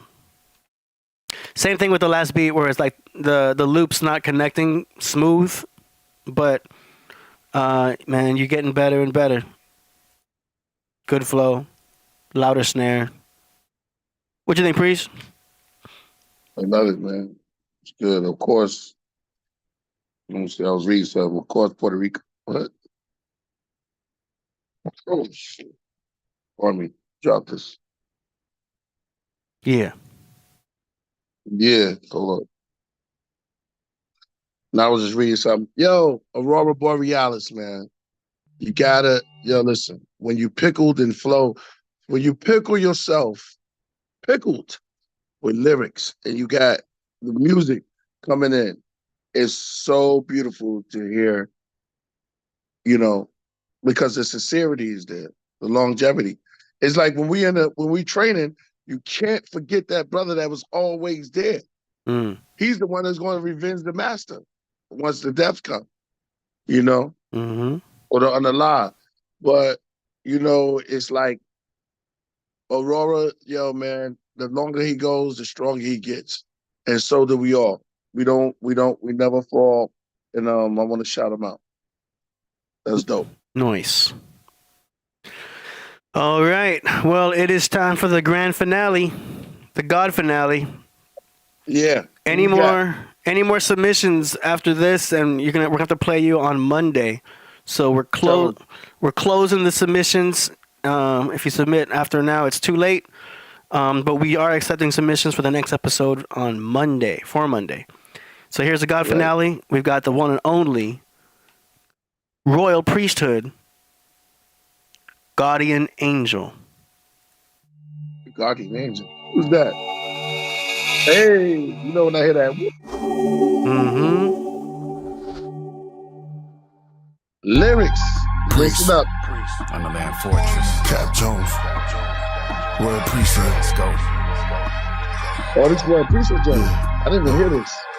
Angel and demons came in a legion, souls with the wings of a phoenix, robes while it's raining on heathens, said the seven plagued and the heavens spread, the great beast head was red, the feast of 11 bread, iron teeth, the lion is Greek, lion in Greece, the legend said, King Belshazzar, the elder god held a star, the other one with the devil writing hellish bars, skeletons are. There's not one amongst you who can charge me. I'm moving with ill intention, this mission godly. And I hardly lift a finger to bring the memories pushed through this pen that begin the resurrection of a pine cone. The mind blown pulled from the charade. The play upon the stage, it slowly evaporates. What's left is real strife as you howl at moonlight. And the knife that you hide up your sleeve might take your life. And the people that you trust can turn and take flight. Cause the lies that you buy, they come at full price. And the debts that you owe, just know they cost twice as much as if you'd have just made the sacrifice. I laid it out, never doubt, I never dumb it down. And I could really care less how you think I sound. I move planets with this pen, so let's begin to dissect the ways that I win. The hate that you employ, the ways that you destroy, the things that you avoid in hopes that they just die off. This truth is napalm, it's never gonna wipe off. And all that self-doubt is something that you can't hide long. Although I have pity for the weak, this whole thing reminds me of Ezekiel 23, defiled and disenfranchised, searching for God's love, completely paralyzed and awestruck. Reconnect with the above, put the mic down and give it up. Swipe right and get some love, maybe you just need a hug. Royal priesthood never peddling clickbait or fixate on soundbite clowns because that shit's fake. Joke's on you, I'm a shark and you just fish bait. I dictate the game on lames and son, it's checkmate. Most are through, but these knocks they out late. Searching for limelight, blind sight, boy, it's your guardian angel. So Zilla, John Gotti, and Hell. The others they ran fell. I studied the plans well. Architect 9, bullet trains from my hands propel. The god who shot the breeze and through the portals the land fell. The factory court stand before a wizard they can't spell. Trash bag rappers claim they're ill, but I can't tell. Planetary angles from the angels, understand it well. My pen, like the fire red hair, Mars Samuel. Solar Mike, I'm spinning sword round and made sun rays. Gave each one day of the week, he claimed Sunday. Raphael, Mercury, Luna, Jabril. Even Saturn, Jupiter, keep moving the wheel. Then it's Andy, Venus, Cassiel, Saturn. They formed in heavy battle and smashed the hell dragon, stellar wagon. Call my cellular patterns and God answers you. Undertakers taking over land like we planned the coup. Buried the Titanic and parted with sunken relics, future money. Space bands install them in psychedelic yelling. See the stars tell the secrets like they Boosie College. Winning one year and not the other. Travel through your noggin, cut them like directors. When the movies dropping, ruby cop and telescope with diamonds in the sky. Like we jewelry shopping. Study the Tahuti doctrine. Scrubbing in jacuzzis, watching sushi chopping, Sufi shopping, Tutankhamun. Who can stop them? Damn. That makes you want to hear more. I didn't want that to stop. Priest, you muted. Put that in the archives. Yo, why did it stop though? I didn't want it to stop. Sometimes listen, you don't need. We gonna change the structure, the molecular structure of making music. What we gonna do is gonna be long beats, short rhymes, and then long rhymes, short beats. We're gonna balance it out. We're gonna unbalance the balance. So we're gonna break the rules because you got MCs who can like push the bar. Man, that was cool. Crazy. That was nice. Yeah, man, that was beautiful here. Cap and Cop. Yeah. Lil Da Vinci, what up? It's nice, man. I like these collaborations. Yeah, because it's music for the soul. Like I told you, this is scroll music. Like they used to have soul music, we make it scroll music, you know? So it's like, it's written in the testimony. That's why I said, when you're speaking from the soul, there's nothing else you can do, bro. It's the essence. It's the paperwork. Yeah. It's DNA patterns after that. And man, that was a beautiful verse, brother. Yeah. Shout out to Zodiac, man. Word. And Cap Jones. He Yo, said, go ahead. AD, you gonna get on it? On one song, you gotta get on one song. If you ain't ready for that one. If you invite me on one, I told you I was gonna fall back on the last song. What that song? Royal Priesthood joint, the one that you already got started with Crypt Jesus. When you fall back, you fall off the planet. Yep, you gotta fall back into a throne. I just didn't want to do every single one. I wanted to leave space now for. You gotta say, yo, I'm falling back into the throne chair. I thought I'd just let one slide to where I'm not on it. Do you know what I mean? Because I felt bad that I was on every single, Royal Priesthood track. I wanted to do one where I would just fall back and like leave room for other artists to do their thing. Yeah, I love it, brother. But yeah, we'll take it as we go. You know what I mean? I feel like there's gonna be a lot of projects, a lot of tracks. So I'm not even. Nah, we got songs. Shout out to Ty Phoenix too. Yeah, I like the hard tracks that are boom bap. The dopest female MC.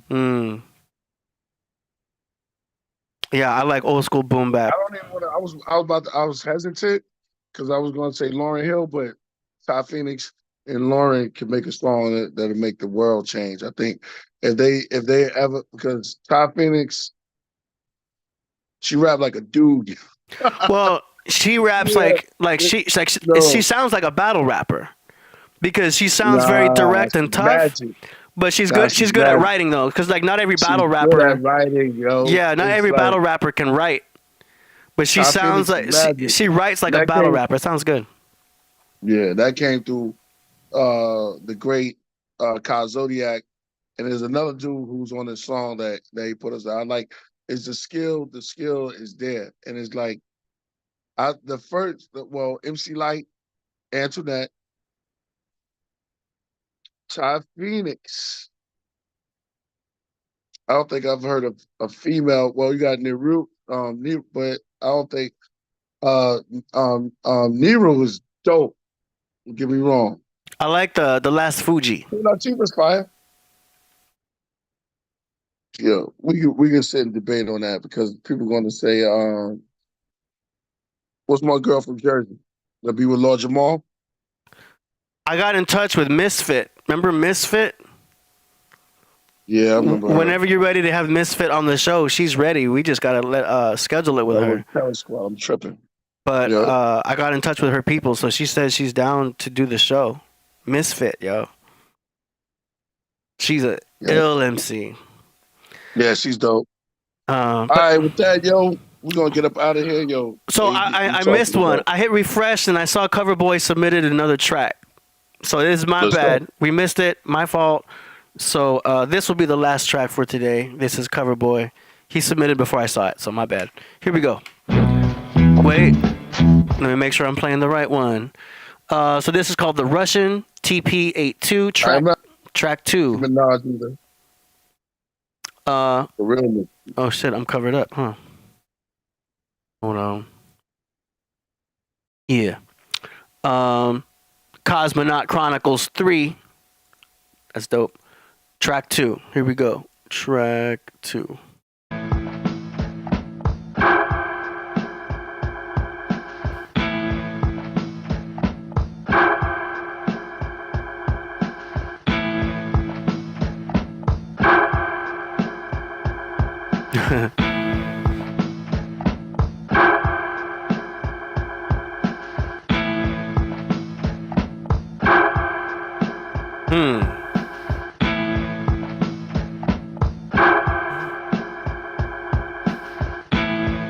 Begin the ceremony.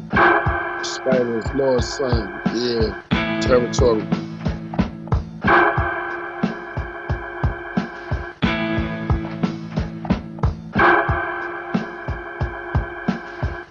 Oh, it's dangerous. Caution, don't touch. Break up the Dutch, bamboo. Rebel, and yeah, that right there is Sumerian. Ancient Sumerian Empire right there, bro. Shout out to Ashurbanipal. Coverboy, you said track 2, not track 4. Yeah. Shout out to Gilgamesh. They don't give you your props, Gilgamesh. They always go with the hot Shetsu.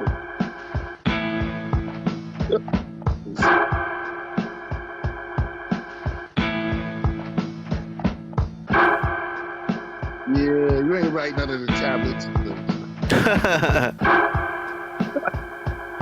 You know they was battling back there. Come on. A Harker is like, yo, I'm the first. After me, you get the curse. Ooh. On the church.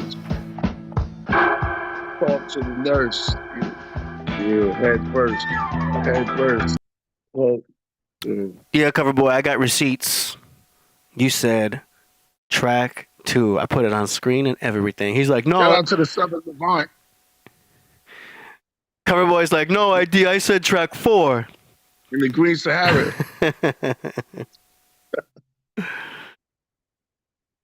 I know. I see him, Demetrius. Dude, Coverboy gets mad. We're gonna show him track 4 real quick. Played the wrong song? No, I played the right song and I showed receipts for it. But I guess he wanted 4, so I'm gonna give a little bit of 4 just because.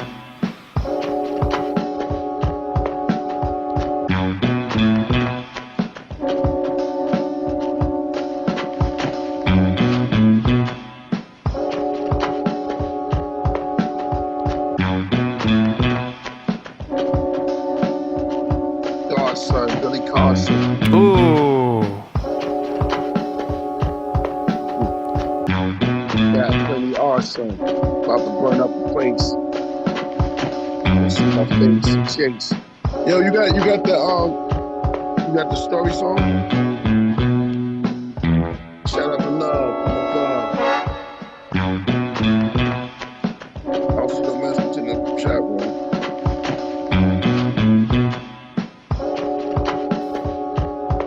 Peace to the Podcraft. The Lost Math. This is bar class. Ooh. Yeah. Ha ha ha. Star gas. Coming back. Post-magnetic. Cool Keith. Oh, this is the new mix.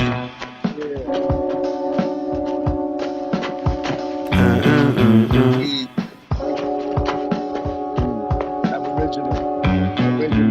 Yeah. Not subliminal. Yeah. All day. Don't play. Souffle.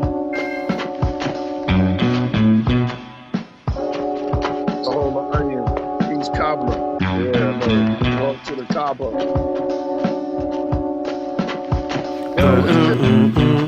Yo, what's the difference between custard and a cobbler? So custard is in itself a type of pudding, and a cobbler is a combination of a pie and ice cream.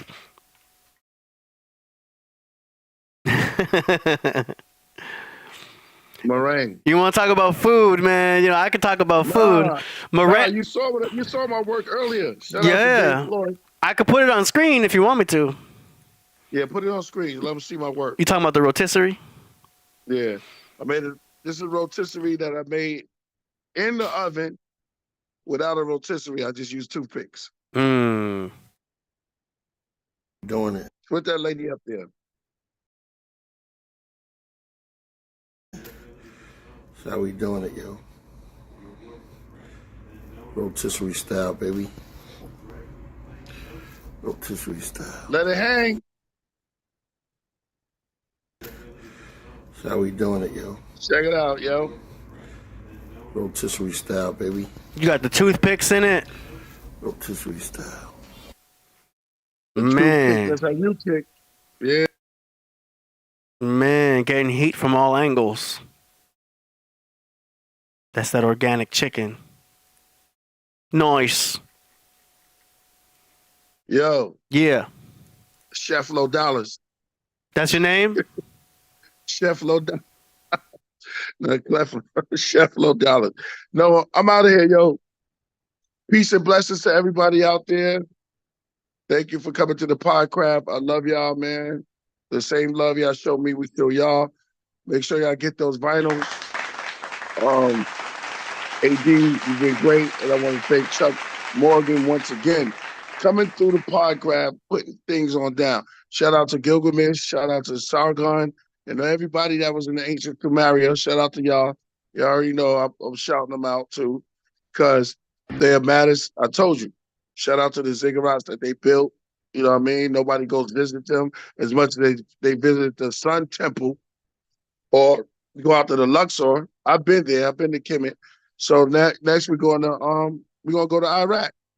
Oh, word. We're gonna see Gilgamesh work. Yep, exactly. They've been out there sitting out there in the sun for a very long time. And I just want to let y'all know we will be there in the building. Shout out to Solo Gems.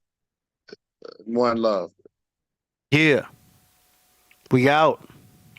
And shout out to Z-Man, Roots. Shout out to Lamar, D, Chris. Shout out to the whole fam. Bam. Hold on. And Nalani. One love.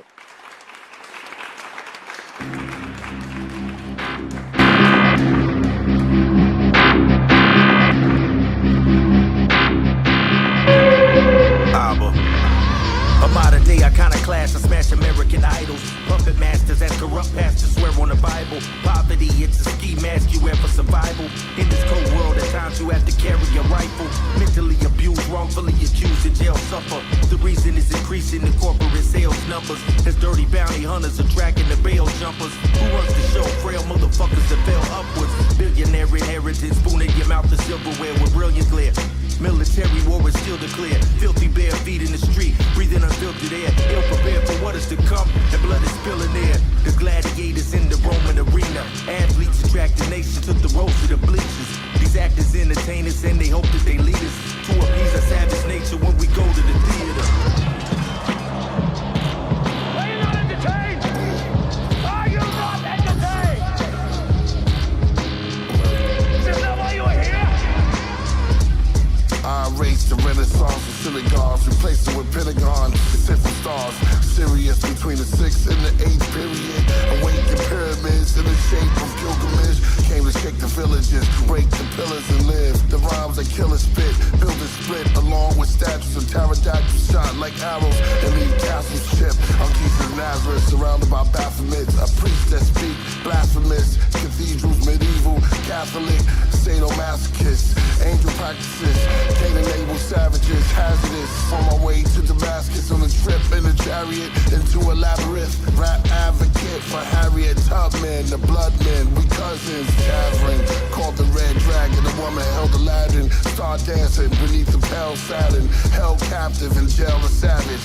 Masters of rapping, we are the assassins. The Colosseum, witches that conjure demons. They said to call them legion, offerings on altars bleeded. For whom the bell tolls, mystic merchants that sell souls. Get dealt blows as devils emerge from hellholes. A Christian missionary's visions of Mary. In a cemetery, premonitions wicked and scary. A battle in the heavens, fallen angels revolt. Races the throat, the churchgoers blame the occult. Imagine a would-be assassin aims with a scope. The names that he wrote on his death note were saints in the Pope. Loaded weapons and detectives found him hanging from rope. Right next to a graven idol with the face of a goat. Can you graduate from gladiator school? Wisdom of ancient jewels among the hateful and cruel. They end the wild exile, lost in the land of Nod. Sacrificial back a pistol for the Lamb of God.